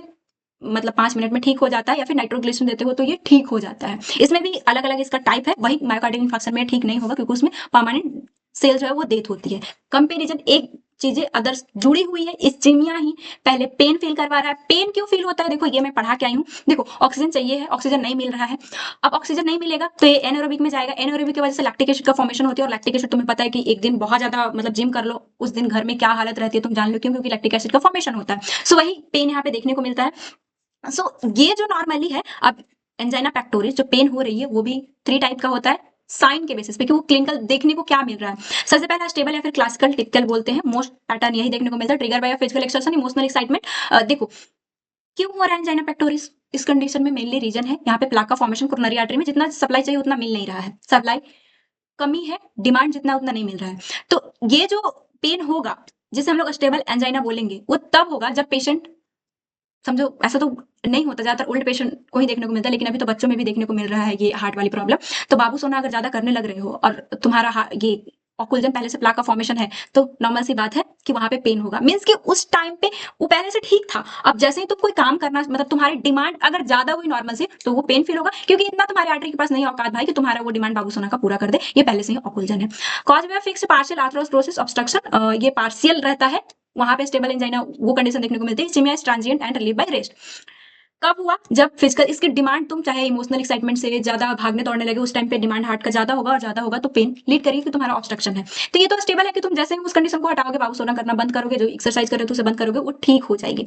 लेकिन एक अनस्टेबल होता है अंजाइना, इसमें क्या होगा? More serious frequent onset pain with a prolong duration, often 10 minute से ज्यादा देखने को मिलता है। रेस्ट की कंडीशन में भी ठीक नहीं होगा। यूजुअली होगा कैसे कि भाई ठीक ही नहीं हो रहा है, acute plaque changes leading thrombosis clotting, जो अभी तुम देखे थे कि हमारा प्लाक का फॉर्मेशन हो रखा था, आर्थ्रोमा हो रखा था, अगर ये फटा और यहाँ पे और भी थ्रोम्बस जो भी प्लेटलेट सब एग्रीगेट हो गए, तो ये पूरा ब्लॉक कर देते हैं, जिसकी वजह से नॉर्मल रेस्ट में भी, क्योंकि पूरा ब्लॉकेज है, तो जितना नॉर्मल भी सप्लाई करने के लिए हार्ट को काम करने के लिए चाहिए उतना नहीं मिलता है, जिसकी वजह से ये अनस्टेबल, कि भाई हम स्टेबल हो गए, पेन को ठीक होना चाहिए था लेकिन नहीं होता, इसीलिए इसे अनस्टेबल एंजाइमा, और इसका मतलब होता है इंक्रीज ही होते रहता है। प्री इन्फेक्शन का मतलब क्या है कि अब ये जो अनस्टेबल एंजाइना की कंडीशन है, अब ये पक्का इन्फेक्शन लीड करेगा, क्योंकि सप्लाई नहीं मिलेगी। तो ये जो हार्ट अब तक बेचारा जो जूझ रहा था, पेन हो रहा था, अब तक लैक्टिक एसिड मतलब कैसे भी करके एटीपी कुछ कुछ बना रहा था, अब वो सीधा मरने वाला है, इन्फेक्शन की कंडीशन होने वाला है, यही प्री इन्फेक्शन है। एक और टाइप का एंजाइना होता है Prince metal variant angina, angina भी इसे बोलते हैं। इसमें कोई भी यहाँ पे प्लाग वाला का कोई खेल नहीं है, आर्थ्रोमा सब का कोई कंडीशन नहीं है, इसमें अस्पाज्म होता है, जिसके by pain occurring at rest without any physical activity. क्यों होगा? क्योंकि इसमें वो स्पाज्म होती है, ऐसे ये जो हमारा आर्टरी जो सप्लाई कर रहा है उसमें स्पाज्म की कंडीशन रहेगा कोरोनरी आर्टरी में, रेदर देन फिक्स्ड प्लाग। एक में देखें कि स्टेबल में जब काम वाम कर रहे हो, इसका डिमांड जब बढ़ रहा है तब पेन हो रही थी। एक में देखें कि ये पूरा से कॉलेजन एक्यूट मतलब प्री इन्फेक्शन जैसी कंडीशन है कि ये इतना था और ये बहुत ज्यादा बढ़ गया, और जब भी रेस्ट करोगे तो भी ये ठीक नहीं हो रही है। और ये जो है वो अलग ही है, इसका प्लाक से कोई रिलेशन नहीं है। ये जो आर्टरी है वो इस तरह से अस्पाज्म होने की कंडीशन का इसका अलग अलग रीजन है, मैं एडल्ट में पढ़ाई हूँ, फन शॉट में पॉसिबल नहीं है, सो ये हम लोग छोड़ते हैं, बस ध्यान रख लो। अब देखो बात यहाँ पे खत्म होती है, मेनली एक बार सिलेबस देखते हैं नहीं तो कंफ्यूज हो गए। इस जेमिया हम लोग देख रहे हैं, डिमांड जितना था उतना सप्लाई नहीं मिला, इसी का रीजन है कि ये एंजाइना पेक्टोरिस इसी के अंदर आ गया, चेस्ट पेन हुई, अभी सेल डेथ नहीं हुआ है। अब फाइनली अगर डिमांड जितना है उतना नहीं ही दिए तो अब इन्फेक्शन की कंडीशन होने वाली है और मायोइस्चेमिया या फिर ये एंजाइना पेक्टोरिस पूछे या ना पूछे, बहुत कम चांस है कि वो कभी माथा खराब रहा तो पूछेगा, लेकिन मायोकार्डियल इन्फेक्शन मैं कई बार पेपर में देखी हूँ, तो ये बहुत इंपॉर्टेंट है। और अब आपको कौन चाहिए, पानी वानी पी लो, भागना नहीं है, बेसिकली देखो क्योंकि ये एग्जाम में बहुत बार पूछा हुआ है। अब क्या है ये भाई, देखते हैं हम लोग। मायोकार्डियल इन्फेक्शन या फिर एक्यूट मायोकार्डियल इन्फेक्शन इसे बोल सकते हो। इसमें होगा क्या, myocardial infection commonly known as heart attack is life threatening form of ischemic heart disease. Ischemic heart disease ही है, इतना ज्यादा डिमांड, मतलब ये नहीं पूरा किया, पूरा ही नहीं कर रहा था, जिसकी वजह से सेल डेथ होने लगी। सो ये इस्चेमिक का ही बहुत ही वर्स कंडीशन है, इस्चेमिक हार्ट डिजीज का ही, जिसमें होगा क्या, where persistent severe ischemic lead, supply नहीं मिलेगी तो इस्चेमिया लीड करेगा और इरिवर्सिबल कोआगुलेटिव नेक्रोसिस होगा। ये कोआगुलेटिव नेक्रोसिस जिन्हें नहीं पता, इसीलिए मैं बोलती हूँ कि अपना सिलेबस एक बार देखो। सिलेबस आईएनसी वाले बहुत लोग टीम होते हैं और इतने समझदार होते हैं, हर एक चीज को सोच समझ कर देते हैं आपके सिलेबस में। सो पहले आपको इस नेक्रोसिस, इस्चेमिया सब पढ़ा दिया गया है, जनरल में देखना जरूर, मैं खुद पढ़ा कर ही यहाँ आई हूँ। सो कोआगुलेटिव जो नहीं समझे होंगे उनको तो नहीं समझ में आएगा, और एग्जाम में आता है तो तुम जाके देखते क्यों नहीं, देखना जरूर। उसमें हम लोग क्या पढ़े थे कि देख रहे हो ना, कोआगुलेशन, यहाँ पे यही सारी प्रोसेस तो हो रही है, और ये जिसकी वजह से सप्लाई नहीं मिलेगा, डेथ रहेगी, और यही हार्ट मसल की डेथ की कंडीशन ही हमारा मायोकार्डियल इन्फार्क्शन है। देखो इडियोपैथोजेनेसिस पढ़ रहे हैं कि आखिर एमआई कैसे डेवलप होगा, तो नॉर्मल है कि वही सप्लाई नहीं मिल रही, the primary cause MI critical imbalance between myocardial, क्योंकि इस्चेमिक हार्ट डिजीज में हम लोग देख ले कि डिमांड जितना चाहिए उतना सप्लाई नहीं मिल रहा है, क्योंकि कोरोनरी काम नहीं कर रहा है, जिसे सप्लाई मिलना चाहिए उसमें प्लाक का फॉर्मेशन है, फिर अदर जो भी रीजन हो। अब वही वही डिमांड अगर बहुत ज्यादा लंबे समय तक ना मिले तो ये इन्फेक्शन लीड करने वाला है। होगा क्या, कैसे होगा, पहले कोरोनरी आर्थरोस प्रोसेस होगी, 90% केसेस यही होता है, लंबे समय तक रहा तो ये लीड करेगा इन्फेक्शन की कंडीशन। एक्यूट प्लाक चेंजेस, ये तो ठीक है, जब प्लाक का फॉर्मेशन होगा, एथ्रोमा का फॉर्मेशन होगा,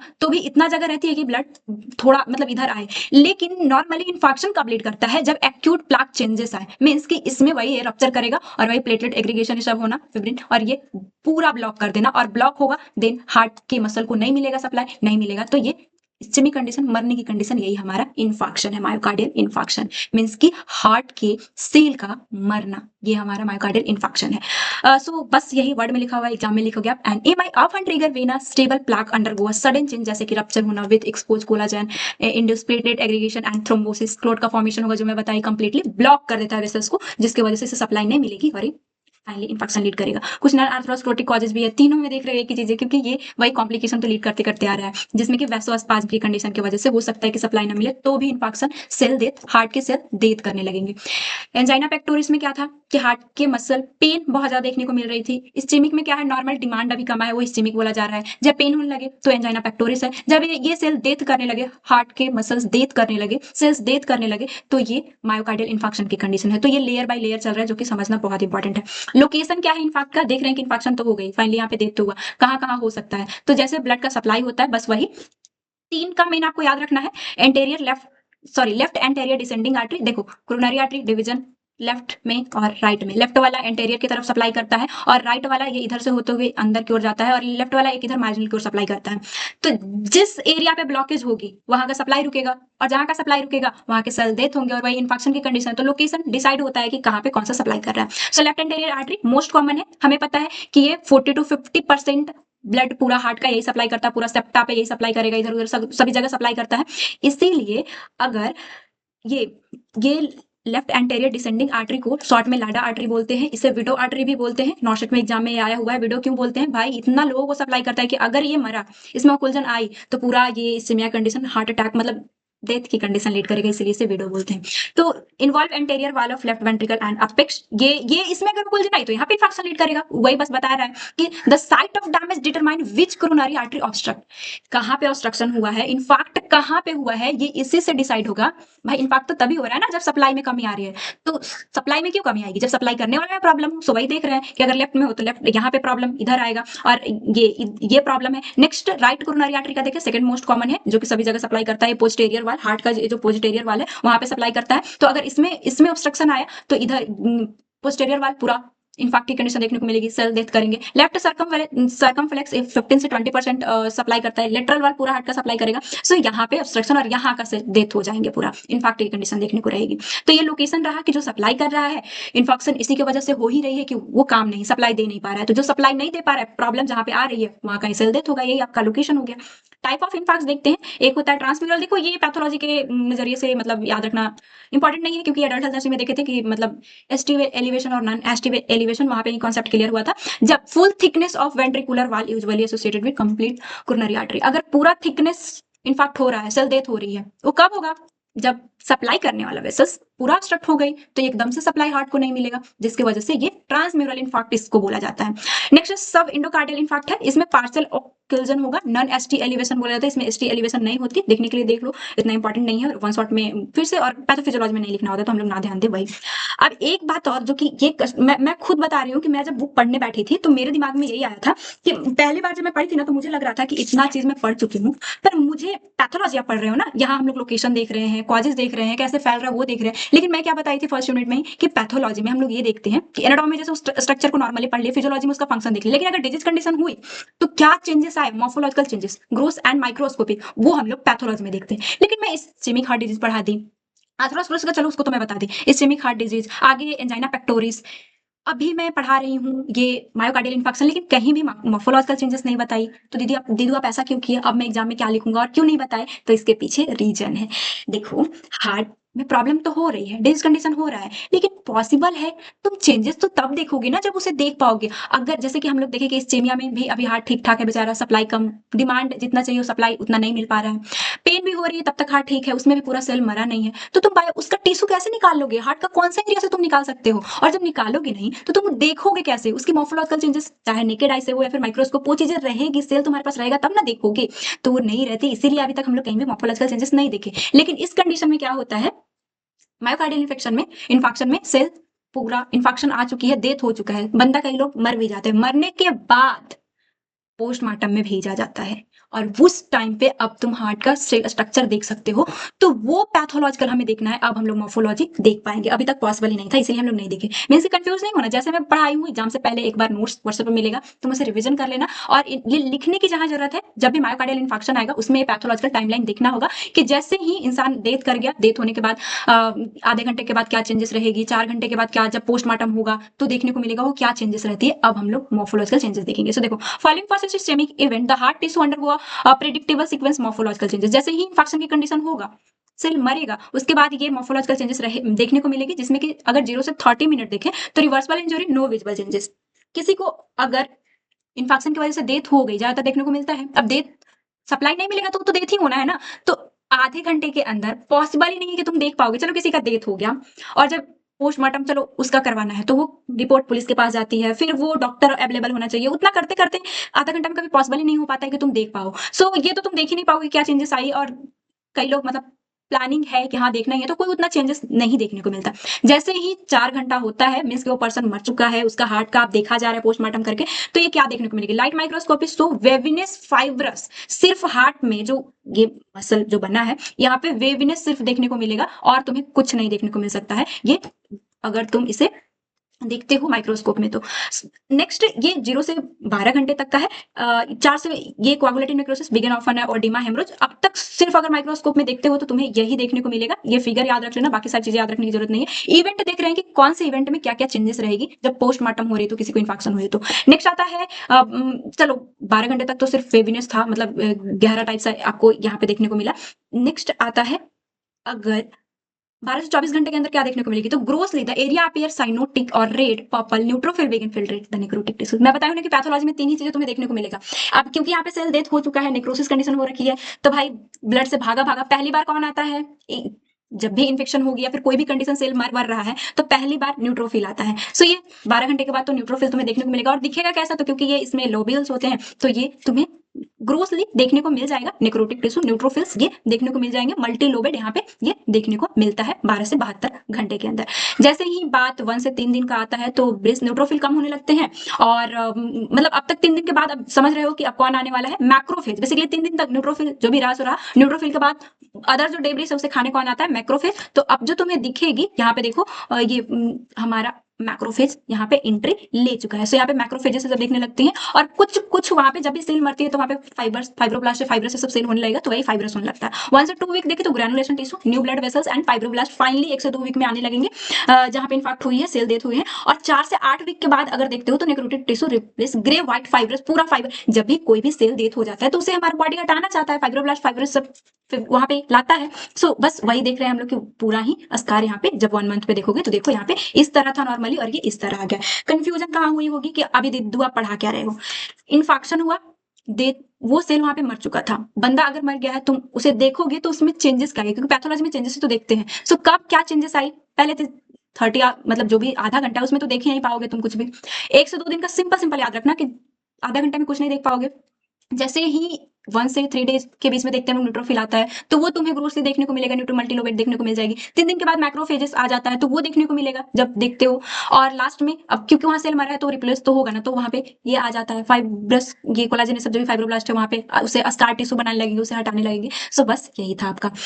नेक्स्ट हम लोग देखते हैं कि अगर मायोकार्डियल इंफार्क्शन हुई तो इसमें तुम्हें सिम्टम क्या देखने को मिलेगा। लाइक एंजाइना पेक्टोरिस में काम ना करने की वजह से ठीक हो रहा था, एक में है कि ठीक है अनस्टेबल में मतलब बहुत ज्यादा फॉर्मेशन प्री इन्फेक्शन की कंडीशन है, लेकिन फिर भी नाइट्रोग्लिसरीन देते हो तो पेन जैसी कंडीशन ठीक हो जाती है। अगर इन्फेक्शन हुई तो वो ठीक नहीं होगा, sudden severe crushing chest pain इसमें देखने को मिलेगी जैसा उसमें था, जैसा हम लोग एंजाइना पेक्टोरिस में देखे थे। मेरे रेडिएट लेफ्ट आर्म में ये भी जाएगा, बट इसमें एक अलग क्या है वो बता दूं मैं, वन शॉट है, वीडियो बड़ी हो रही है। सो इसमें रेस्ट एंड नाइट्रोग्लिसरीन देने पे भी ये रिलीफ नहीं मिलेगा, बस वही आपको इसमें अलग ध्यान देना है। ये देखो, not relieve by rest and nitroglycerin. Other symptom include dyspnea रहेगा, नॉजिया, वोमिटिंग, कोल्ड, कामी, ये सब आपको देखने को मिलेगा। एडल्ट नर्सिंग में हम लोग पढ़ चुके हैं। डायग्नोसिस कैसे करोगे, तो मेनली अब बात आ जाती है कि चलो जब तक कोई बंदा मरेगा नहीं तब तक हम लोग उससे टिश्यू निकाल के देख नहीं सकते, ग्रोस एंड माइक्रोस्कोपी देख नहीं सकते, तो आखिर कैसे पता करें कि इन्हें पेन हो रही है, फिर इस्चीमिया हुई, थोड़ा सा अगर हार्ट कट ये डेथ हुआ सेल्स, तो कैसे पता करेंगे। क्या कुछ भी नहीं है तो फिर तो बंदा ऐसे ही मर जाएगा। नहीं, होता है डायग्नोसिस, ये रियलाइज कैसे तुम देखोगे, कैसे आखिर डायग्नोसिस किया जाएगा, तो इसीजी चेंजेस सबसे पहला है वो देख सकते हो, एसटी सेगमेंट एलिवेशन और टी वेव इन्वर्जन, ये सब देखने को मिलता है। एडल्ट का टॉपिक है तो वहां पे मैं ये वे भी सबके साथ दिखा दी थी। सीरम बायोमार्कर जो कि बायोकेमिस्ट्री में पढ़े थे, जब भी मायोकार्डियल इंफेक्शन होता है तो वहां पे जो एंजाइम्स है वो बढ़ जाएंगे, ब्लड में इसका लेवल ज्यादा देखने को मिलेगा, तो उससे पता कर लिया जाता है। मायोग्लोबिन, मायोग्लोबिन जो है वो सबसे पहले पीक लेवल पे जाता है, ये विद इन 2 आवर। सो किसी को अगर इन्फेक्शन हुआ, पेन हुआ और तुम्हें जानना है कि सिर्फ कोई सेल डेथ हो गई है या फिर अभी बचा हुआ है, इन्फेक्शन की कंडीशन हो या फिर सिर्फ चेस्ट पेन है, डिमांड नहीं उतना मिल पाया, आखिर है क्या कंडीशन वो जानना है, तो ये करना पड़ता है। सो मायोग्लोबिन 2 घंटे के अंदर देखोगे तो ये ज्यादा रहेगा, लेकिन मायोग्लोबिन अब चाहे वो हार्ट का मसल हो, स्केलेटल मसल हो, सभी जगह के मसल में पाया जाएगा। तो नॉर्मली कोई बंदा अगर चल फिर रहा है तो वहां भी मायोग्लोबिन का लेवल ऐसे ज्यादा हो सकती है। सो ये भले ही अर्लीस्ट मार्कर है कि 2 घंटे के अंदर पीक पे जाएगा, बट तुम इससे नहीं पता कर पाओगे कि हार्ट की प्रॉब्लम है या फिर कहीं और का, तो फिर कैसे पता करें। कार्डियक ट्रोपोनिन पे तुम्हें मूव करना होगा, टीएनआई होता है, मोस्ट स्पेसिफिक है, सेंसिटिव मार्कर कार्डियक डैमेज। अगर डैमेज को जानना है तो तुम्हें कार्डियक ट्रोपोनिन पे ट्रस्ट करना होगा, क्योंकि ये कहीं और नहीं, हार्ट की प्रॉब्लम हो तो ही मतलब ये ज्यादा रहेगा और ये हमें बताता है कि हाँ कंडीशन मतलब हार्ट में कोई ये कंडीशन हुआ है, उससे सप्लाई नहीं मिल रही, इन्फेक्शन जैसी कंडीशन है। नेक्स्ट आता है सीकेएमबी, ये मार्कर चॉइस है detecting re infection because return of normal 48 to 72 hour. देखो कार्डियक ट्रोपोनिन ना ये बढ़े हुए 4 से 5 दिन तक 7 दिन तक रहता है, तो बार बार अगर री इन्फेक्शन जिनको होती है, इन्फेक्शन की कंडीशन बार बार होगा जब वो काम करेंगे, फिर नॉर्मली भी उन्हें होते रहेगा, जब भी प्लाक रप्चर होगी यहाँ पे वही थ्रोम्बस का प्लेटलेट एग्रीगेशन सब होगा तो फिर से इन्फेक्शन आएगी, वहां का सेल मरने लगेगा। तो वो तुम जानोगे कैसे, क्योंकि कार्डियक ट्रोपोनिन के एक बार तो पता कर लेना सही है, लेकिन री इन्फेक्शन जानने के लिए हमें सीकेएमबी पे मूव करना होता है, क्योंकि ये 48 टू 72 आवर के बाद ये कम हो जाता है और जैसे ही दोबारा री इन्फेक्शन आएगा तो फिर ये बढ़ेगा, तो इससे तुम री इन्फेक्शन पता कर सकते हो। ये बायोमार्कर में 4-5 एंजाइम आते हैं जो हमारे लिए मेन है। मायोग्लोबिन बढ़ेगा लेकिन ट्रस्ट नहीं कर सकते। ट्रस्ट किस पे करना है, अगर पहली बार इन्फेक्शन चेक करना है तो कार्डियक ट्रोपोनिन का देखना होगा, और दोबारा अगर री इन्फेक्शन आई तो वो कौन सा पता चलेगा, किससे कौन सा बायोमार्कर है, तो सीकेएमबी, ये ब्लड टेस्ट के थ्रू देखा जाता है। ये नॉर्मल हम लोग बायोकेमिस्ट्री से ही पढ़ते आ रहे हैं और एडल्ट नर्सिंग में ही पढ़े थे। तो बस ये डायग्नोसिस हो गया। कॉम्प्लिकेशन अगर ठीक नहीं करते हो तो arrhythmia which is leading cause of death, MI की वजह से डेथ का ये रीजन है। अदर इंक्लूड हार्ट फेलियर हो सकता है, कार्डियोजेनिक शॉक में जा सकता है, कार्डियक रप्चर हो सकती है, तो ये सब मेन है कि बंदा गिर गिर जाए और फाइनली डेथ की कंडीशन हो जाती है। सो इसे इमीडिएटली ट्रीटमेंट देना बहुत जरूरी होता है। नर्सिंग प्रायोरिटी आपका क्या काम, तो इमीडिएट मैनेजमेंट बहुत इंपॉर्टेंट है, आईवी रूट से सारी चीज करना होता है और बहुत जल्दी आईसीयू में ऐसे पेशेंट आते हैं तो कहना ही नहीं है कि क्या क्या तुम करोगे और क्या क्या तुम्हें डिटेल में जानना है, यहाँ डिटेल में मत लिखना, बस ये लिखते प्रायोरिटी के साथ कि पहले प्रॉम्प्ट मैनेजमेंट दोगे, देन मतलब ये कार्डियक मतलब देने के बाद आईवी रूट से सारा चीज मेडिसिन देने के बाद मॉनिटरिंग, तब तुम बीपी ये सब देखते रहोगे, साइकोलॉजिकल सपोर्ट जब पेशेंट होश में आ जाएगा तब देना है। तो ये रहा आपका इन्फेक्शन चैप्टर, लंबा चला आई नो, लेकिन ये बहुत इंपॉर्टेंट था और होपफुली आपका सारा कॉन्सेप्ट क्लियर होगा। आज के बाद कभी तुम बुक पढ़ते हो या फिर एग्जाम में आए तो ये टॉपिक नहीं छूटेगी, क्योंकि हम लोग बहुत अच्छे से डिस्कस कर लिए। एक last topic, rheumatic heart fever, कितना गंदा दिख रहा है तुम्हें, सिलेबस ही नहीं दिख रहा होगा। सो मैं दिखाती हूँ एक बार, इरेजर आ जा। देखो यहाँ पे ये हम लोग अब तक आर्थरोस्क्लेरोसिस, इस्चेमिक एंड इन्फेक्शन, भले तुम्हें लग रहा होगा कि 1 घंटे से ज्यादा क्लास हो गई या फिर 1 घंटे की हो गई, तुम यूट्यूब पे कहीं भी देख लो इतना डिटेल में, क्योंकि मैं पहले खुद, मेरा 5 से 6 दिनों का मेहनत चलता है कि कैसे टॉपिक, हर चीज टॉपिक आना चाहिए और वो भी कम टाइम में मैं आपको एक्सप्लेन करूं। सो अगर तुम एक अच्छा स्टूडेंट हो, दीदू का मेहनत समझते हो, तो लाइक तो जरूर करना, चैनल पे नए हो तो सब्सक्राइब भी जरूर करना और अपने दोस्तों में शेयर करना। अब इसका मतलब ये नहीं कि वीडियो खत्म हो गई, अभी बहुत बचा हुआ है, 2 डिजीज और बचा हुआ है, रूमेटिक हार्ट फीवर। अब तक इसमें इंपॉर्टेंट आर्थरोस्क्लेरोसिस और इन्फेक्शन था, अब रूमेटिक हार्ट फीवर देखते हैं, इसे समझने के बाद बताऊंगी कहां से क्वेश्चन कैसे पूछता है। तो चलो फिर देखते हैं। और नेक्स्ट स्लाइड में लाई नहीं हूं, इन्फेक्टिव इंडोकार्डाइटिस, 2 चीजें हमें पढ़ना है, नेक्स्ट स्लाइड में बता दूंगी, इसके बाद जो स्टार्ट होगा वहां पे हमें देखना है। तो बस अब 2 ही कंडीशन हमें देखना है, देख लेते हैं पहले रूमेटिक हार्ट डिजीज। सो रूमेटिक हार्ट डिजीज क्या है, इसमें अपना ही एंटीबॉडी हमारे हार्ट को अफेक्ट करता है। देखो इसमें होगा क्या, इन्फेक्टिव इंडोकार्डाइटिस हमारा लास्ट टॉपिक रह जाएगा, इससे पहले हम लोग देख लेते हैं एक एक डायग्राम समझने से ना ये टॉपिक और भी आसान लगने लगता है। देखो rheumatic heart disease, rheumatic heart disease जो है ये एक systemic post streptococcal non suppurative, means कि इसमें कोई पस का फॉर्मेशन नहीं होता, इम्यून मेडिएटेड इन्फ्लेमेटरी डिजीज है, जो कि प्राइमरली अफेक्ट करता है हमारे हार्ट को, ज्वाइंट को, सेंट्रल नर्वस सिस्टम को एंड सबक्यूटेनियस टिश्यू को, ये सबको ही अफेक्ट करता है। देखो इसमें होता क्या है, नॉर्मली ये गले का इन्फेक्शन है, ज्यादातर बच्चों में देखने को मिलता है, जो कि स्ट्रेप्टोकोकस, ये ग्रुप, ये हीमोलाइटिक स्ट्रेप्टोकोकाई गैस की वजह से देखने को मिलता है। ये नॉर्मली आया इन्फेक्शन कॉज करेगा।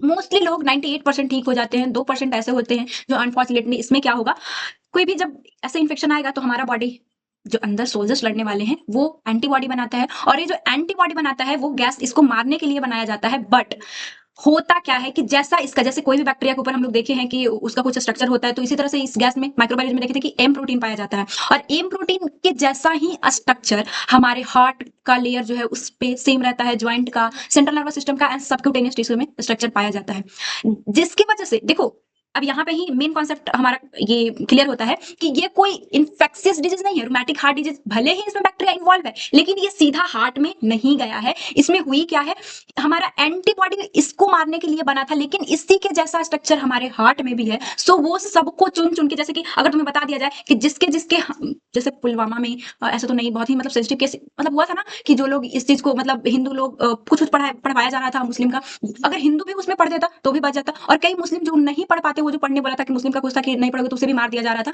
वही हाल यहाँ पे भी होता है कि मतलब ये स्ट्रक्चर सिर्फ देखा है और एंटीबॉडी बना लिया और मारने चला आया। अब जो नॉर्मल बेचारा हार्ट हमारा, हमारे लिए दुश्मन नहीं है, बट इसे तो सिर्फ वो दिख रहा है कि वो स्ट्रक्चर इसी के जैसा है, सो इसे भी अफेक्ट करने लगता है। यही रूमेटिक हार्ट डिजीज की कंडीशन है। मेनली फीवर में 5 इन्वॉल्व होता है। सबसे पहले हार्ट होता है, सो हार्ट में ये हार्ट वाला देखेंगे, देन ज्वाइंट सबका थोड़ा थोड़ा देखेंगे, एग्जाम में भी आया तो ऐसे आपको लिखना होगा। इटियोलॉजी एंड पैथोलॉजी तो देख लिए कि मेनली रूमेटिक हार्ट डिजीज जो है फॉलो इन्फेक्शन की वजह से होता है, कि फेरेंजाइटिस होता है, ग्रुप ए हेमोलाइटिक स्ट्रेप्टोकोकाई की वजह से, the develop of disease explain by molecular mimicry hypothesis, मतलब वो जे ये एम स्ट्रक्चर जो हम लोग देखे, एम प्रोटीन, उसी के जैसा ये इन लोगों का भी रहता है, सो उस समझ के और उसे ही डिस्ट्रॉय करने लगता है, क्रॉस रिएक्टिविटी हो जाती है। Such as heart valve, joint, brain cell, antibody get confuse, उसी के जैसा स्ट्रक्चर है, सो ये कंफ्यूज हुआ और इन्हीं पे अटैक करने लगा, अपने ऑर्गन पे, और यहाँ पे इन्फ्लामेशन मेनली इन सब जगह पे। कि कौन कौन सा अफेक्ट होता है, हार्ट अफेक्ट होता है रूमेटिक हार्ट डिजीज में, मेन ये है, और इसी के बारे में देखेंगे। ज्वाइंट्स अफेक्ट होते हैं, स्किन भी अफेक्ट होता है एंड सेंट्रल नर्वस सिस्टम भी अफेक्ट होता है। पहले हार्ट का देखते हैं, देन इन तीनों का थोड़ा थोड़ा देखेंगे। तो देखो कार्डियक लीजन, मतलब कार्डियक में हार्ट पहले देखे कि क्या करेगा हमारा एंटीबॉडी, उस पे जाके क्या क्या करेगा, क्या क्या उसमें चेंजेस आएगी। पैथोलॉजी देख रहे हैं तो सारा चेंजेस, सारा स्ट्रक्चर हमें देखना होगा। सो कार्डियक लीजन, पैनकार्डाइटिस, जब हार्ट का हमें पता है पेरिकार्डियम, 3 लेयर है, पेरिकार्डियम, मायोकार्डियम एंड इंडोकार्डियम, अगर तीनों लेयर अफेक्ट हो जाए तो इससे फिर हम लोग पैनकार्डाइटिस बोलेंगे। पैन, ये तीनों को पूरा को इन्वॉल्व करने की ही कंडीशन है। तो आरएसडी कैरेक्टराइज पैनकार्डाइटिस, मेनली इन्फ्लामेशन हो रही है इस कंडीशन में अपने ही एंटीबॉडी की वजह से in all 3 layer of heart, चाहे वो इंडोकार्डियम हो, मायोकार्डियम हो या फिर पेरिकार्डियम। तो अगर इंडोकार्डियम अफेक्ट हो रहा है तो उसमें रिमेटिक इंडोकार्डाइटिस बोला जाएगा। क्या देखने को मिलेगी, this involve what, valve and mural and endocardium. ये हमारा हार्ट रहा, हार्ट का बीच का लेयर, ये पूरा इधर का पेरिकार्डियम, ये रहा हमारा पेरिकार्डियम, ये मायोकार्डियम मसल वाला लेयर, और ये जो है वो इंडोकार्डियम लेयर है। इंडोकार्डियम में ये जो वाल्व जो 4 हमें देखने को मिलते हैं, ये चारों वाल्व ये यही लेयर से बना होता है। सो यही यहाँ पे है कि इन्वॉल्व बोथ, ये जो लेयर है और वाल्व जो बना है, ये दोनों अफेक्ट देखने को मिलेगा।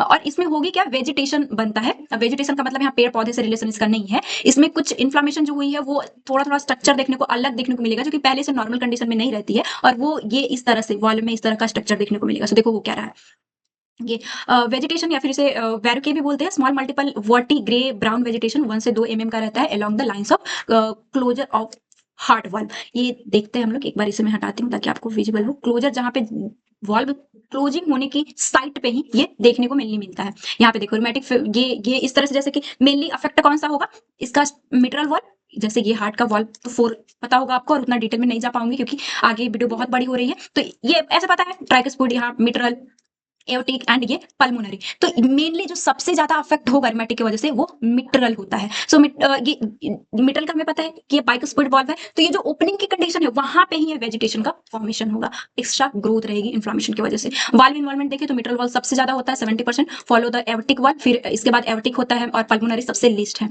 मीन्स की मिट्रल, देन एवर्टिक एंड पल्मोनरी का लास्ट, और बचा कौन, ट्राइकोस्पिड। सो एमटीपीटी ऐसे इन्वॉल्व होता है कई बार। ये कॉम्पिटेटिव में आया है, यूनिवर्सिटी में तो नहीं पूछेगा, ध्यान रखने के लिए रख लेना। जहाँ पे आती है कॉन्सेप्ट वहां में समझाने की, भले ही वन शॉट होता है लेकिन कोशिश जरूर करती हूँ। वॉल्व इन्वॉल्वमेंट देख लिए हम लोग। एक तो ये वेजिटेशन, और वेजिटेशन का ध्यान रखना, अभी तुरंत आप पढ़ने वाली हो इन्फेक्टिव इंडोकार्टाइटिस आपके सिलेबस में है। यहाँ पे जो वेजिटेशन का फॉर्मेशन हुआ, यहाँ पे कोई इन्फेक्शन नहीं है, कोई भी गैस का बैक्टीरिया यहाँ पे नहीं आया, एंटीबॉडी आई और ये अपने ही कुछ कुछ ये सिर्फ एक्स्ट्रा ग्रोथ है। लेकिन इन्फेक्टिव इंडोकार्टाइटिस में ये इन्फेक्शियस होता है, बस ये ध्यान रख लेना। सो एक तो ये वेजिटेशन का फॉर्मेशन हुआ, और एक मैकुलम पैच बनता है, a thicken wrinkle and rough area of mural endocardium usually found posterior wall of left atrium. जैसे हम लोग देखे कि ये पूरा लाइनिंग हार्ट में, ये चाहे इधर का लाइनिंग हो और वॉल्व सब इंडोकार्डियम है, तो इधर वॉल में अगर हुआ तो वो तो वेजिटेशन देख लिए। अगर नॉर्मली अगर यहाँ पे हो जाए ये एक्स्ट्रा ग्रोथ, तो उसे हम लोग मैककैलम पैच बोलते हैं। यहाँ पे तुम देख सकते हो। बस ये इतना ही था, और ये मेन टर्म्स एग्जाम टाइम पे ध्यान देना, लिख के प्रैक्टिस करना, और ये लिखना ही होगा, ये मेन है और यही एग्जामिनर खोजेगा। ये तो इंडोकार्डियम में था कि वेजिटेशन हुई और मैक का फॉर्मेशन हुआ। ये अदर जो अदर जगह पे ये मेनली ये लेफ्ट जो एट्रियम है वहां पे देखने को मिला। नेक्स्ट, मायोकार्डाइटिस में क्या इफेक्ट रहेगा रिमेटिक में, तो this is characterized by presence of Aschoff body इसमें बनती है, एस्कॉफ नोड्यूल भी से बोलते हैं, which are the pathognomonic specific feature है रोमैटिक हार्ट डिजीज का, कि मायोकार्डियम लेयर जो है उसमें इन्फ्लेमेशन होगी, क्योंकि इसमें इन्फ्लेमेशन ही हो रही है। सो मायोकार्डाइटिस और रिमेटिक है, तो रोमैटिक मायोकार्डाइटिस। सो इसमें ना हो क्या रहा है, स्कॉफ बॉडी बनता है, और स्कॉफ बॉडी का स्ट्रक्चर कैसा है, क्योंकि पैथोलॉजी में स्ट्रक्चर हमें देखना होता है। The nodule feature centre fibrinoid necrosis surrounded by lymphocyte plasma cell large modified macrophage called anti cell, जिसे कैटरपिलर सेल। देखो इसमें है क्या, यहाँ पे तुम्हें ध्यान रखना है कि मायोकार्डियम में स्कॉफ बॉडी स्ट्रक्चर का फॉर्मेशन हुआ है। ये क्या है, ये देखो, ये बीच में ये जो आपको दिख रहा है नेक्रोटिक डेब्रिस की, मतलब अपने ही सेल्स मरेंगे क्योंकि अपना ही एंटीबॉडी अटैक करने आया है। तो ये स्कॉफ बॉडी है क्या, वो समझो कि उसके स्ट्रक्चर, जैसे कि ग्रैनुलोमेटस इन्फ्लेमेशन का स्ट्रक्चर देखे थे, वैसे ही स्कॉफ बॉडी आखिर कैसे बना है उसका देखो अभी। तो ये नेक्रोसिस है, और ये जो सेंटर में नेक्रोसिस हो गया, अदर सराउंडेड है ये लिम्फोसाइट से। यहाँ पे देखो ये लिम्फोसाइट हो गया मोनोन्यूक्लियर, और then large modifiable macrophage called anti Aschoff से। जब भी नेक्रोसिस की कंडीशन होती है, मोनोसाइट आएगा और फिर ये मैक्रोफेज का रूप लेगा, और ये मैक्रोफेज का ही मॉडिफाइड फॉर्म एंटी को सेल बोला जाता है। और यहाँ पे कैटर कई सेल, मतलब जब तुम देखते हो इससे माइक्रोस्कोप पे, तो ये एंटीस्कोप जो मैक्रोफेज का ही मॉडिफाई है, वो कई तुम्हें कैटरपिलर की तरह, कीड़े की तरह देखने को मिलेगा, और कई उल्लू की आंख की तरह देखने को मिलता है। ये देखो, ये एनिट अस्को सेल है, एक बार प्रोनाउंसिएट कर लेना भाई, टर्म का वन शॉट है तो थोड़ा देख लेना। सो ये मेनली कॉन्सेप्ट क्या है वो समझो, कि ये जो स्कॉफ बॉडी बना है वहां पे क्या है, नेक्रोसिस, देन कुछ लिम्फोसाइट एंड मैक्रोफेज का मॉडिफाइड, इसे हम लोग एंटी एनिट एस्को सेल बोल रहे हैं, जिसमें कि इसका अपीयरेंस कभी कैटरपिलर कभी आउल लाइक दिखता है। कब दिखेगा, जब जैसे कि देखो ये मेरे पास पेंसिल है, अगर तुम इस तरह से काटोगे तो क्रोमैटिन लॉन्गिट्यूडनल अगर काटते हो तो क्रोमैटिन की वजह से एक कैटरपिलर की वजह तरह दिखता है, इस तरह से। और वही अगर इस तरह से इस तरह से अगर ट्रांसवर्सल काटोगे ये, तो वहां पे जो माइक्रोस्कोप में दिखेगा ये वाला, ये मॉडिफाई मैक्रोफेज, वो रहेगा आउल की तरह। तो ये इस तरह से स्कॉफ बॉडी स्ट्रक्चर कब बनता है, रूमेटिक मायोकार्डाइटिस की कंडीशन में। अब पेरिकार्डियम में क्या होगा, this manifest fibrous pericardium, the normal shiny surface जो पेरिकार्डियम का होता है वो लॉस्ट हो जाता है, एंड फिब्रिन डिपोजिशन हो जाती है, रिजल्टिंग इन सैगी अपीयरेंस। और यहाँ पे ब्रेड एंड बटर लाइक ये हमारा हार्ट देखने को मिलता है, क्योंकि जब भी कोई ऐसी कंडीशन होगी, इन्फ्लेमेशन होगा, तो नॉर्मल सी बात है वहां पे फिब्रिन ये सब आके और उस लेयर को हटाने लगेंगे, जिसकी वजह से ब्रेड एंड बटर लाइक इसका अपीयरेंस, हार्ट के पेरिकार्डियम जो सुंदर सा दिखता है उसका स्ट्रक्चर ऐसा ब्रेड के जैसा हो जाता है। तो तीनों का तुम्हें एग्जाम टाइम पे देखना ही होगा। फर्स्ट में वेजिटेशन हो रही है, देन ये याद रखना इंपॉर्टेंट है कि मैक्ले पैच ये बीच वाला में बन रहा है। मायोकार्डियम में क्या हो रहा है, तो ये एस्कॉफ बॉडी स्ट्रक्चर का फॉर्मेशन हो रहा है, बीच में नेक्रोसिस, फिर ये लिम्फोसाइट, देन मैक्रोफेज का मॉडिफाइड फॉर्म, और पेरिकार्डियम में क्या हो रहा है, तो ब्रेड एंड बटर अपीयरेंस देखने को पेरिकार्डियम का मिल रहा है। अब जो कुछ क्राइटेरिया है, ये एडल्ट नर्सिंग का टॉपिक है कि इसमें मेजर क्राइटेरिया में कार्डाइटिस, मतलब इतना इन्वॉल्वमेंट होता है, और रूमेटिक हार्ट डिजीज में ये चीजें देखने को मिलेगा। कार्डाइटिस ये हमारा कंप्लीट होता है और हमारे लिए हार्ट में यही इंपॉर्टेंट था। देन पॉलीआर्थराइटिस, हमारे ज्वाइंट्स अफेक्ट होते हैं। कोरिया ये सीएनएस से रिलेटेड है कि मतलब डांस वांस करने लगा, अभी मैं थोड़ा सा पढ़ाऊंगी। एरिथमिया मार्जिनेटम और सबक्यूटेनियस नोड्यूल, ये जॉन क्राइटेरिया की इन रूमेटिक हार्ट डिजीज में देखने को मिलेगा। माइनर क्राइटेरिया कुछ है जिसमें कि आर्थरेल्जिया होना चाहिए, कि मतलब जॉइंट में पेन, एल्जिया, जैसे आइटिस का मतलब इन्फ्लेमेशन होता है, एल्जिया का मतलब पेन होता है, सो ये रहेगा। फीवर रहेगा क्योंकि इन्फेक्शन है। लेबोरेटरी का कुछ है तो एलिवेटेड ईएसआर इन्फेक्शन है तो सीआरपी सब रहेगी। फर्स्ट डिग्री एंटीवेट ये सब ये रहेगा। ये major criteria and minor criteria Jones का है, जो कि ध्यान रख सकते हो तो रखो, नहीं तो इतना इंपॉर्टेंट नहीं है, एडल्ट नर्सिंग से इंपॉर्टेंट है। अब the diagnose acute rheumatic fever which lead RSD based on revised Jones criteria major cardiac extra cardiac manifestation. इसीलिए मैं जोन क्राइटेरिया पढ़ाई, क्योंकि जब तुम बुक पढ़ोगे तो वहां पे देखने को मिलेगा। तो अब तक तो तुम रूमेटिक हार्ट डिजीज में हार्ट के अंदर जो प्रॉब्लम हुआ तीनों लेयर में, वो तो तुम देख चुके हो। अब बारी आती है कि एक्स्ट्रा कार्डियक, क्योंकि इसमें ये जॉइंट्स भी अफेक्ट होते हैं, सीएनएस भी अफेक्ट होता है, तो उसकी वजह से क्या सिम्टम देखने को मिलेगा, बस वो देखना है। और एक एक लाइन देखेंगे। माइग्रेटरी पॉली आर्थराइटिस देखने को मिलेगा। माइग्रेटरी का मतलब क्या होता है, एक देश से दूसरे देश में जाना, माइग्रेटरी एक जगह से दूसरी जाना जगह। से यही हमारा इस आर्थराइटिस जॉइंट तो इसमें इन्वॉल्व हो रही है। आज तुम्हारा ये वाला जॉइंट अफेक्ट है, कल यहाँ पे भी पेन देखने को मिलेगा। तो इस तरह से ये माइग्रेटरी रहता है। Painful inflammation large joint like knee का, एल्बो का, that move from one joint to another. और सिंपल सा वही प्रोसेस है कि इन लोगों का भी स्ट्रक्चर उस बैक्टीरिया से मतलब मिलता जुलता है, और हमारा इम्यून उस पर अटैक करे, जिसकी वजह से इन्फ्लेमेशन और पेन देखने को मिल रही है। नेक्स्ट जो सिम्टम देखने को मिलता है रूमेटिक हार्ट डिजीज में, वो सैडे कोरिया, ये संट विक्टर डांस भी से बोला जाता है। इसमें ये involvement involuntary purposeless jerky movement of the limb and face का देखने को मिलता है। अब ये क्या है, देखो ये तुम देख रहे हो ना, कभी ऐसे कभी ऐसे कभी ऐसे, ये डांस वॉलेंट्री नहीं कर रही है, ये इनवॉलेंट्री है, जो कि सीएनएस अफेक्ट होने की वजह से ये रूमेटिक हार्ट डिजीज में देखने को मिलता है। ज्यादा जैसा कि हम लोग देखिए बच्चे का बीमारी है। इरिथमिया मार्जिनेटम नेक्स्ट आता है, जो कि रूमेटिक में देखने को मिलेगा। A non प्रोराइटिक red ring like skin rash found mainly on trunk. Trunk पे इस तरह से ये देखने को मिला, ये इरिथमिया मार्जिनेटम बोला जाता है। ये भी रूमेटिक हार्ट डिजीज में देखने को मिलेगा। जॉन का जो 5 मेजर क्राइटेरिया है रूमेटिक में, ये देखने को मिलेगा। हार्ट इन्वॉल्व रहेगी, ये ज्वाइंट इन्वॉल्व रहेगा, सीएनएस अफेक्ट इन्वॉल्व रहेगा, साथ ही साथ स्किन इन्वॉल्व रहेगा। तो देखो यहाँ पे देखने को मिल रहा है। सबक्यूटेनियस नोड्यूल्स भी देखने को मिलता है। Small painless nodule located over the bony prominence and tendon के ऊपर। यहाँ पे देखो ये रहा, ये सब कहाँ देखने को मिलेगा, इसे हम लोग सबक्यूटेनियस नोड्यूल्स बोलेंगे। और ये जो आर्ट्स ऑफ बॉडी देखे थे ना, ये बोनी प्रोमिनेंस पे यही उठा हुआ यहाँ पे देखने को मिलता है। तो इस तरह से रूमेटिक हार्ट फीवर का ये 5 मेजर क्राइटेरिया हम लोग पूरा कर लिया। और इन्फेक्शन है तो ये सब तो देखने को मिलेगा ही मिलेगा। सो इतना तुम्हें एग्जाम में एक एक 2 पॉइंट लिखना है। अगर रूमेटिक, क्योंकि हार्ट का देख रहे हैं तो थोड़ा सा हार्ट में और तुम्हें अगर टाइम मिले, अच्छे मार्क्स में पूछेगा, तो तुम्हें लिखना होगा कि ठीक ना किया जाए तो chronic rheumatic heart disease heart के वाल्व को डिफॉर्म कर सकता है। यहाँ पे mitral stenosis, the valve leaflet become a thickened and fuse हो जाता है, जिसकी वजह से फिश का जैसा माउथ है उसी तरह से हमारा वाल्व दिखने लगता है, अगर ठीक तुम नहीं करते हो तो। क्रोनिक कंडीशन में वाल्व डिसफंक्शन हो सकता है। और तुम्हें पता है कि ये एंडोकार्डियम अफेक्ट होने की वजह से हम लोग ये एडल्ट नर्सिंग में देख के आए थे कि रिगर्जिटेशन एंड नैरोइंग होने की कंडीशन की नॉर्मल सा वाल्व का क्या काम है कि वन डायरेक्शनल, जैसे ही ब्लड आया फिर वो क्लोज हो जाएगा। लेकिन इस कंडीशन में रिगर्जिटेशन में कभी ज्यादा जा रहा है, स्टेनोसिस में ये आ ही नहीं पा रहा है। तो ये सब कब होती है, जब वाल्व अफेक्ट हो जाए एंडोकार्डियम, बस ये जो लेयर है हार्ट का वो अफेक्ट हो जाए। तो इस कंडीशन में रूमेटिक में ये देखने को मिलता है। और ये कॉम्प्लिकेशन में रिगर्जिटेशन और स्टेनोसिस जैसी कंडीशन लीड करेगा लंबे समय तक ठीक नहीं करते हो तो। अगर किसी को रूमेटिक हार्ट डिजीज है, इतना लिखने के बाद टाइम है तो तुम्हें नर्सिंग केयर देख लिखना होगा। सबसे पहले प्रिवेंशन पे ध्यान देना है, सिम्टम जितने भी दिख रहा है मैनेज करना है, सपोर्ट देना है पेशेंट को, क्योंकि उनका जॉइंट में पूरा इन्फ्लेमेशन, वो चल नहीं पाएंगे, बहुत पेन होती है, आर्थराइटिस जैसी कंडीशन देखें तो तुम्हें सपोर्ट देना होगा। यहाँ पे रूमेटिक हार्ट डिजीज भी खत्म होता है। रूमेटिक हार्ट डिजीज में हमने क्या पढ़ा, देखें कि गैस जो था उसके स्ट्रक्चर जैसा हमारा हार्ट में है, सो एंटीबॉडी इसलिए मारने के लिए बना, लेकिन हमारे स्ट्रक्चर पे भी लाइक हार्ट हो गया, सीएनएस हो गया, जॉइंट हो गया, स्किन हो गया, ये सब पे ये अटैक कर रहा है, जिसकी वजह से इन्फ्लेमेशन देखने को मिल रही है। हार्ट में तीनों लेयर में इन्फ्लेमेशन हुआ, पेरिकार्डियम, मायो और इंडो। इंडो में हम लोग 2 स्ट्रक्चर मेनली, वेजिटेशन हुआ और फिर एक बीच में हुआ था।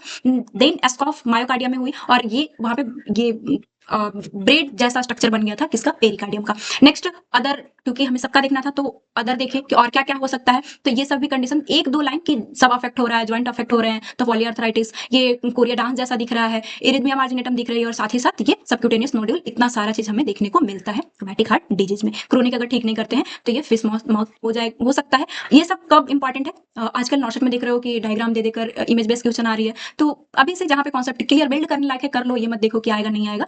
रियलिटी है, इसके अंदर पढ़ना है तो तुम देखोगे, यूनिवर्सिटी में भूल भी जाते हो तो कोई दिक्कत नहीं है। टाइम बचे तो नर्सिंग मैनेजमेंट कर देना। अब इन्फेक्टिव एंडोकार्डाइटिस लास्ट है, इसके बाद हार्ट का वन शॉट खत्म।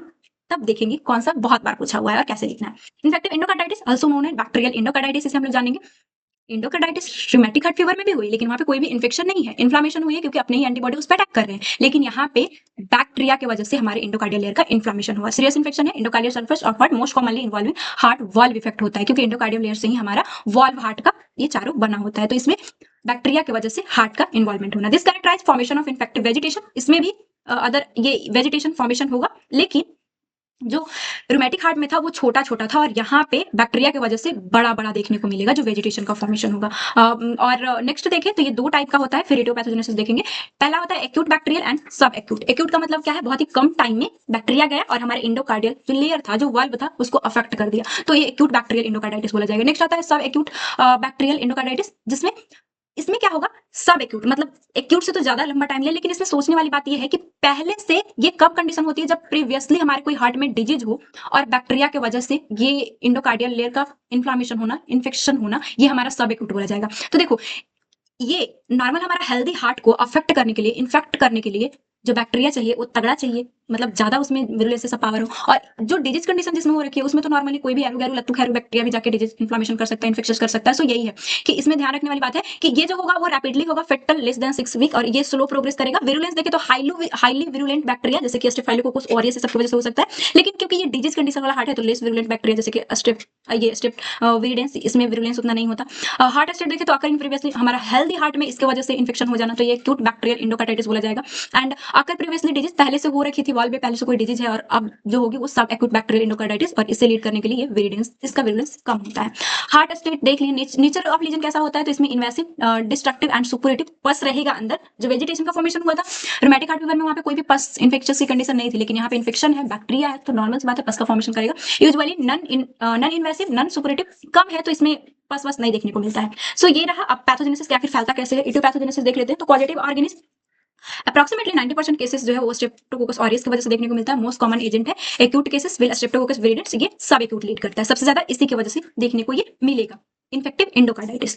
नेक्स्ट प्रीडिस्पोजिंग फैक्टर अगर देखें तो कुछ मतलब पहले से ये bacteria enter the blood stream, produce vigorous tooth brushing की वजह से ये ब्लड में चल जाए, और सिर्फ फिर वो क्योंकि सप्लाई सुपीरियर वेना के बाद इंफीरियर वेना के बाद जाएगा तो हार्ट के थ्रू ही ऑक्सीजनेटेड होने ब्लड, तो वो भी लीड कर सकता है। अंडरलाइन हार्ट डिजीज है, पहले से डैमेज हो रखी है, तो वो फिर बैक्टीरिया के लिए वो मीडिया बन जाएगा, और जब कोई कमजोर हो तो उस पर तो अटैक लोग कर ही देते हैं, तो भी हो सकती है, ये भी इटियोलॉजी बन सकता है। इम्पेयर्ड होस्ट डिफेंस कि मतलब किसी का इम्यूनिटी वीक हो तो कोई भी आके डिजीज कॉज कर सकता है, तो ये भी मतलब कारण बनेगा। सो ये रहा कि कैसे, इसका क्या कारण है कि इन्फेक्टिव इंडोकार्डाइटिस होता है, किसकी वजह से होता है, तो ये दोनों बैक्टीरिया का नाम याद रख लेना, दोनों टाइप याद रख लेना। और नेक्स्ट देखें तो वेजिटेशन इन ये are largest most destructive compare other type of endocarditis. जो इन्फेक्टिव इंडोकार्डाइटिस है उसमें वेजिटेशन, क्योंकि रूमैटिक हार्ट फीवर में भी हम लोग देखें कि वेजिटेशन इस तरह से हुआ है, यहाँ पे मैं दिखाती हूँ, और इसमें भी वेजिटेशन हुआ है, तो उसके कंपैरिजन में जो वेजिटेशन हो रहा है इसमें बहुत ही गंदा वाला होगा, बैक्टीरिया आके किए हैं भाई। सो वो वेजिटेशन के बारे में पैथोलॉजी है, थोड़ा उसका भी पढ़ लो, क्योंकि पढ़ना ही पड़ता है, जो चीजें हुई है उसमें आखिर फाइनली है क्या।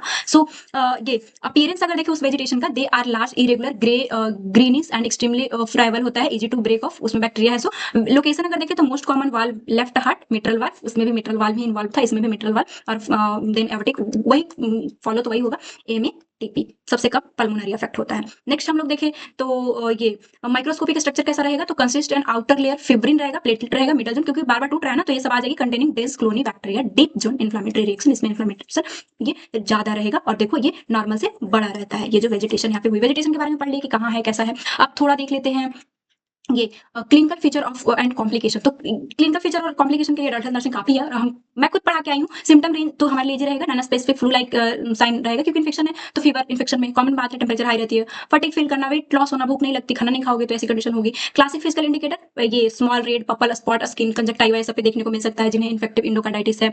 नेक्स्ट ये splinter haemorrhage, dark red linear, streak nail bed, ये सब देखने को मिलेगा। ऑस्लर नोड रहता है, tender painful nodule, usually found in fingerprint toe, देखो ये सब देखने को मिलता है। ये इन्फेक्टिव इंडोकार्डाइटिस का साइन सिम्टम है, बस इसे याद रख लेना, इस फिगर को याद रख लेना, फिर तुम सब याद रख पाओगे। रॉथ स्पॉट देखने को मिलता है, retinal haemorrhage with a small clear, ये देखने को मिलना। मेजर कॉम्प्लिकेशन में देखे तो कार्डियक में वल्वुलर परफोरेशन हो सकता है, इतना ज्यादा ये इन्फेक्शन आगे ये करेगा कि जो वाल्व है वो पूरा परफोरेट हो जाएगा। स्टेनोसिस, इनसफिशिएंसी एंड मायोकार्डियल अपसिस तक ये फॉर्म पूरा पस्ट फॉर्मेशन कर लेगा, क्योंकि इन्फेक्शियस है। इम्बॉलिक प्रॉब्लम भी हो सकती है, बिकॉज वेजिटेशन आर फ्राइबल, टूटने वाला होता है, so they often break and travel embolize brain causing stress ये स्प्लीन किडनी कहीं भी और ब्रेन में गया तो स्ट्रोक लीड कर सकता है, क्योंकि उधर जो वेजिटेशन था वो इतना फ्रेजाइल नहीं था, लेकिन यहाँ पे टूटता है, सो अदर भी जाके ये लीड करेगा। इम्बोलिज्म क्या है, थ्रोम्बोटिक क्या है, ये जनरल पैथोलॉजी में मैं पढ़ा क्या है यूनिट 1 में, तो जरूर देखना, बहुत इंपॉर्टेंट है। अब अगर इन्फेक्टिव एंडोकार्डाइटिस रही तो आपका क्या काम, सबसे पहले तो प्रिवेंट करना, एंटीबायोटिक ये सब देके मॉनिटरिंग करते रहना और सपोर्ट देना, कंट्रोलिंग पेन, बहुत पेन होती है, ensuring establish intravenous route, long term antibiotic administer करना होता है, कभी नहीं छोड़ना होता है, क्योंकि फिर वो रेजिस्टेंस ले लेगा। तो ये सब आपका काम है, समझाना, एजुकेट करना, ये रहा पूरा। इन्फेक्टिव एंडोकार्डाइटिस में देखो तुम कंफ्यूज हुए होगे इस साइंस सिम्टम में, ये signs symptom adult health nursing से रिलेटेड है, नहीं भी लिखोगे चलेगा। मेनली हमें यहाँ का वेजिटेशन देखना था, वो कहाँ रहा है वो देखना था, कैसे आके और वो वेजिटेशन किया है, वो फ्रेजाइल है, मेनली यही ध्यान रखना है, उतना भी ज्यादा नहीं पूछता है। इंपॉर्टेंट क्वेश्चन की बारी है तो हम लोग इंपॉर्टेंट क्वेश्चन देख लेते हैं कि इसमें से सबसे ज्यादा कौन पूछता है। ये रहा आपका सिलेबस और ये कार्डियो का पूरा खत्म। आर्थरोस्क्लेरोसिस इंपॉर्टेंट है, और इससे पहले मैं बता दूं, वैसे तो हम लोग देख चुके हैं, मेरे पास नोट्स है स्पेशल आपके लिए, तो बार बार बोलने का क्या मतलब दे दूं, क्यों बार बार बोलते हो? बार बार इसलिए बोलती हूँ क्योंकि बहुत लोग नए चैनल पे आते हैं तो उन्हें भी तो पता होनी चाहिए। सो अगर अभी आप थर्ड से में हो तो adult health nursing infection control microbiology available है, जिसमें कि अकॉर्डिंग टू सिलेबस कोई भी यूनिवर्सिटी से हो क्वेश्चन इससे बाहर नहीं आएगा। साथ ही साथ इंपॉर्टेंट क्वेश्चन है 80-20 का रूल फॉलो करते हुए, कि हर एग्जाम में फॉलो होता है 20% पैसे क्वेश्चन, जिससे आप 80% मार्क्स। एक क्वेश्चन आता कहाँ से है, तो प्रीवियस ईयर पेपर से 10 ईयर का सेमेस्टर पेपर है, ऐसा कैसे पॉसिबल है? अभी तो सेमेस्टर हुआ है, तो डिफरेंट यूनिवर्सिटी का, और तुम पैटर्न देख सकते हो, भले हो तुम्हारे यूनिवर्सिटी का क्वेश्चन हो ना हो, सब में एक ही पैटर्न फॉलो हो रहा है, क्योंकि सबको आईएनसी का सिलेबस ही कवर करना है। सो ये रहा नोट्स। अगर तुम्हें चाहिए इस नंबर के थ्रू जाके देख सकते हो सैंपल पेपर, या फिर कमेंट में लिंक या फिर डिस्क्रिप्शन में जाके सीधा आप उस नोट्स का सैंपल पेपर देख सकते हो, स्पेशली यूनिवर्सिटी एग्जाम के लिए है। इंपॉर्टेंट क्वेश्चन हम लोग देख रहे थे, इसका भी नोट्स आपको मिलेगा व्हाट्सएप पे ही, तो ये भी देख लेना। आर्थरोस्क्लेरोसिस इंपॉर्टेंट है, इससे मैं नहीं पूछा है, ना ही एंजाइना पेक्टोरिस पूछेगा, तुम्हारी नॉलेज के लिए, और कभी आ जाए तो उसके लिए बता दूं ताकि तुम सेफ जोन में रहो। इन्फॉक्शन ये हमेशा पूछा है, मायोकार्डियल इन्फॉक्शन हमेशा, ये अपने तुम खुद अपने ये सीनियर का पेपर देख सकते हो। रोमैटिक हार्ट डिजीज पूछेगा, इन्फेक्टिव एंडोकार्डाइटिस उतना ज्यादा नहीं पूछा है, क्योंकि मैं एक स्लाइड लाना भूल चुकी हूँ, तो सिलेबस के थ्रू मैं बता देती हूँ। यहाँ है आपका इन्फेक्टिव एंडोकार्डाइटिस, और नेक्स्ट जीआई ट्रैक का डिजीज कंडीशन हम लोग पढ़ना नेक्स्ट वीडियो में स्टार्ट करेंगे। और मे भी वीडियो आने में अगर लेट हो तो ये मत सोचना कि वीडियो नहीं पढ़ाएगी, मैं पढ़ाऊंगी, बट अभी थोड़ा लेट होगा, क्योंकि अभी मुझे ये रांची यूनिवर्सिटी पे ध्यान देना है, उनकी लाइव क्लासेस लाना है, क्योंकि उनके लिए 7 सेमेस्टर में सोचो वो लोग चले गए हैं और उनका अभी थर्ड सेमेस्टर का एग्जाम है। सो या उनकी क्लासेस आएगी, और शादी तो थोड़ा मैं मतलब 10 से 20 दिन आपका जाने वाला है, कोशिश करूँ क्लासेस लाऊं, नहीं तो 20 अप्रैल के बाद आपकी क्लासेस धाकड़ आएगी, वन शॉट आएगी, सब आएगी, और मैं बहुत जल्दी आपकी कवर करवाऊंगी। वन शॉट जब आती है सिलेबस का खत्म हो जाता है, ये तुम लोग बहुत लंबे समय से मेरे साथ हो तो पता भी है। आज के लिए इतना ही, हेल्पफुल लगा तो लाइक जरूर करना, लाइक तो करोगे मेहनत के लिए, एंड ऐसे वीडियो देखते रहने के लिए चैनल को सब्सक्राइब कर लेना, नोटिफिकेशन बेल को ऑन रखना, एंड अपने दोस्तों में शेयर कर देना। बहुत बातें बोली, थैंक्स फॉर वॉचिंग, इतना देर रहने के लिए, समझने के लिए। मिलते हैं नेक्स्ट वीडियो में। अपना कोई भी जैसे कि कोई भी यहाँ पे कंफ्यूजन रही होगी, कोई टॉपिक नहीं समझ में आया होगा, तो कमेंट में जरूर लिखना, कोई इंप्रूवमेंट चाहिए वो भी लिखना, कहीं पे डाउट रही, फिर क्लास कैसा लगा फीडबैक मुझे जरूर चाहिए। Thank you.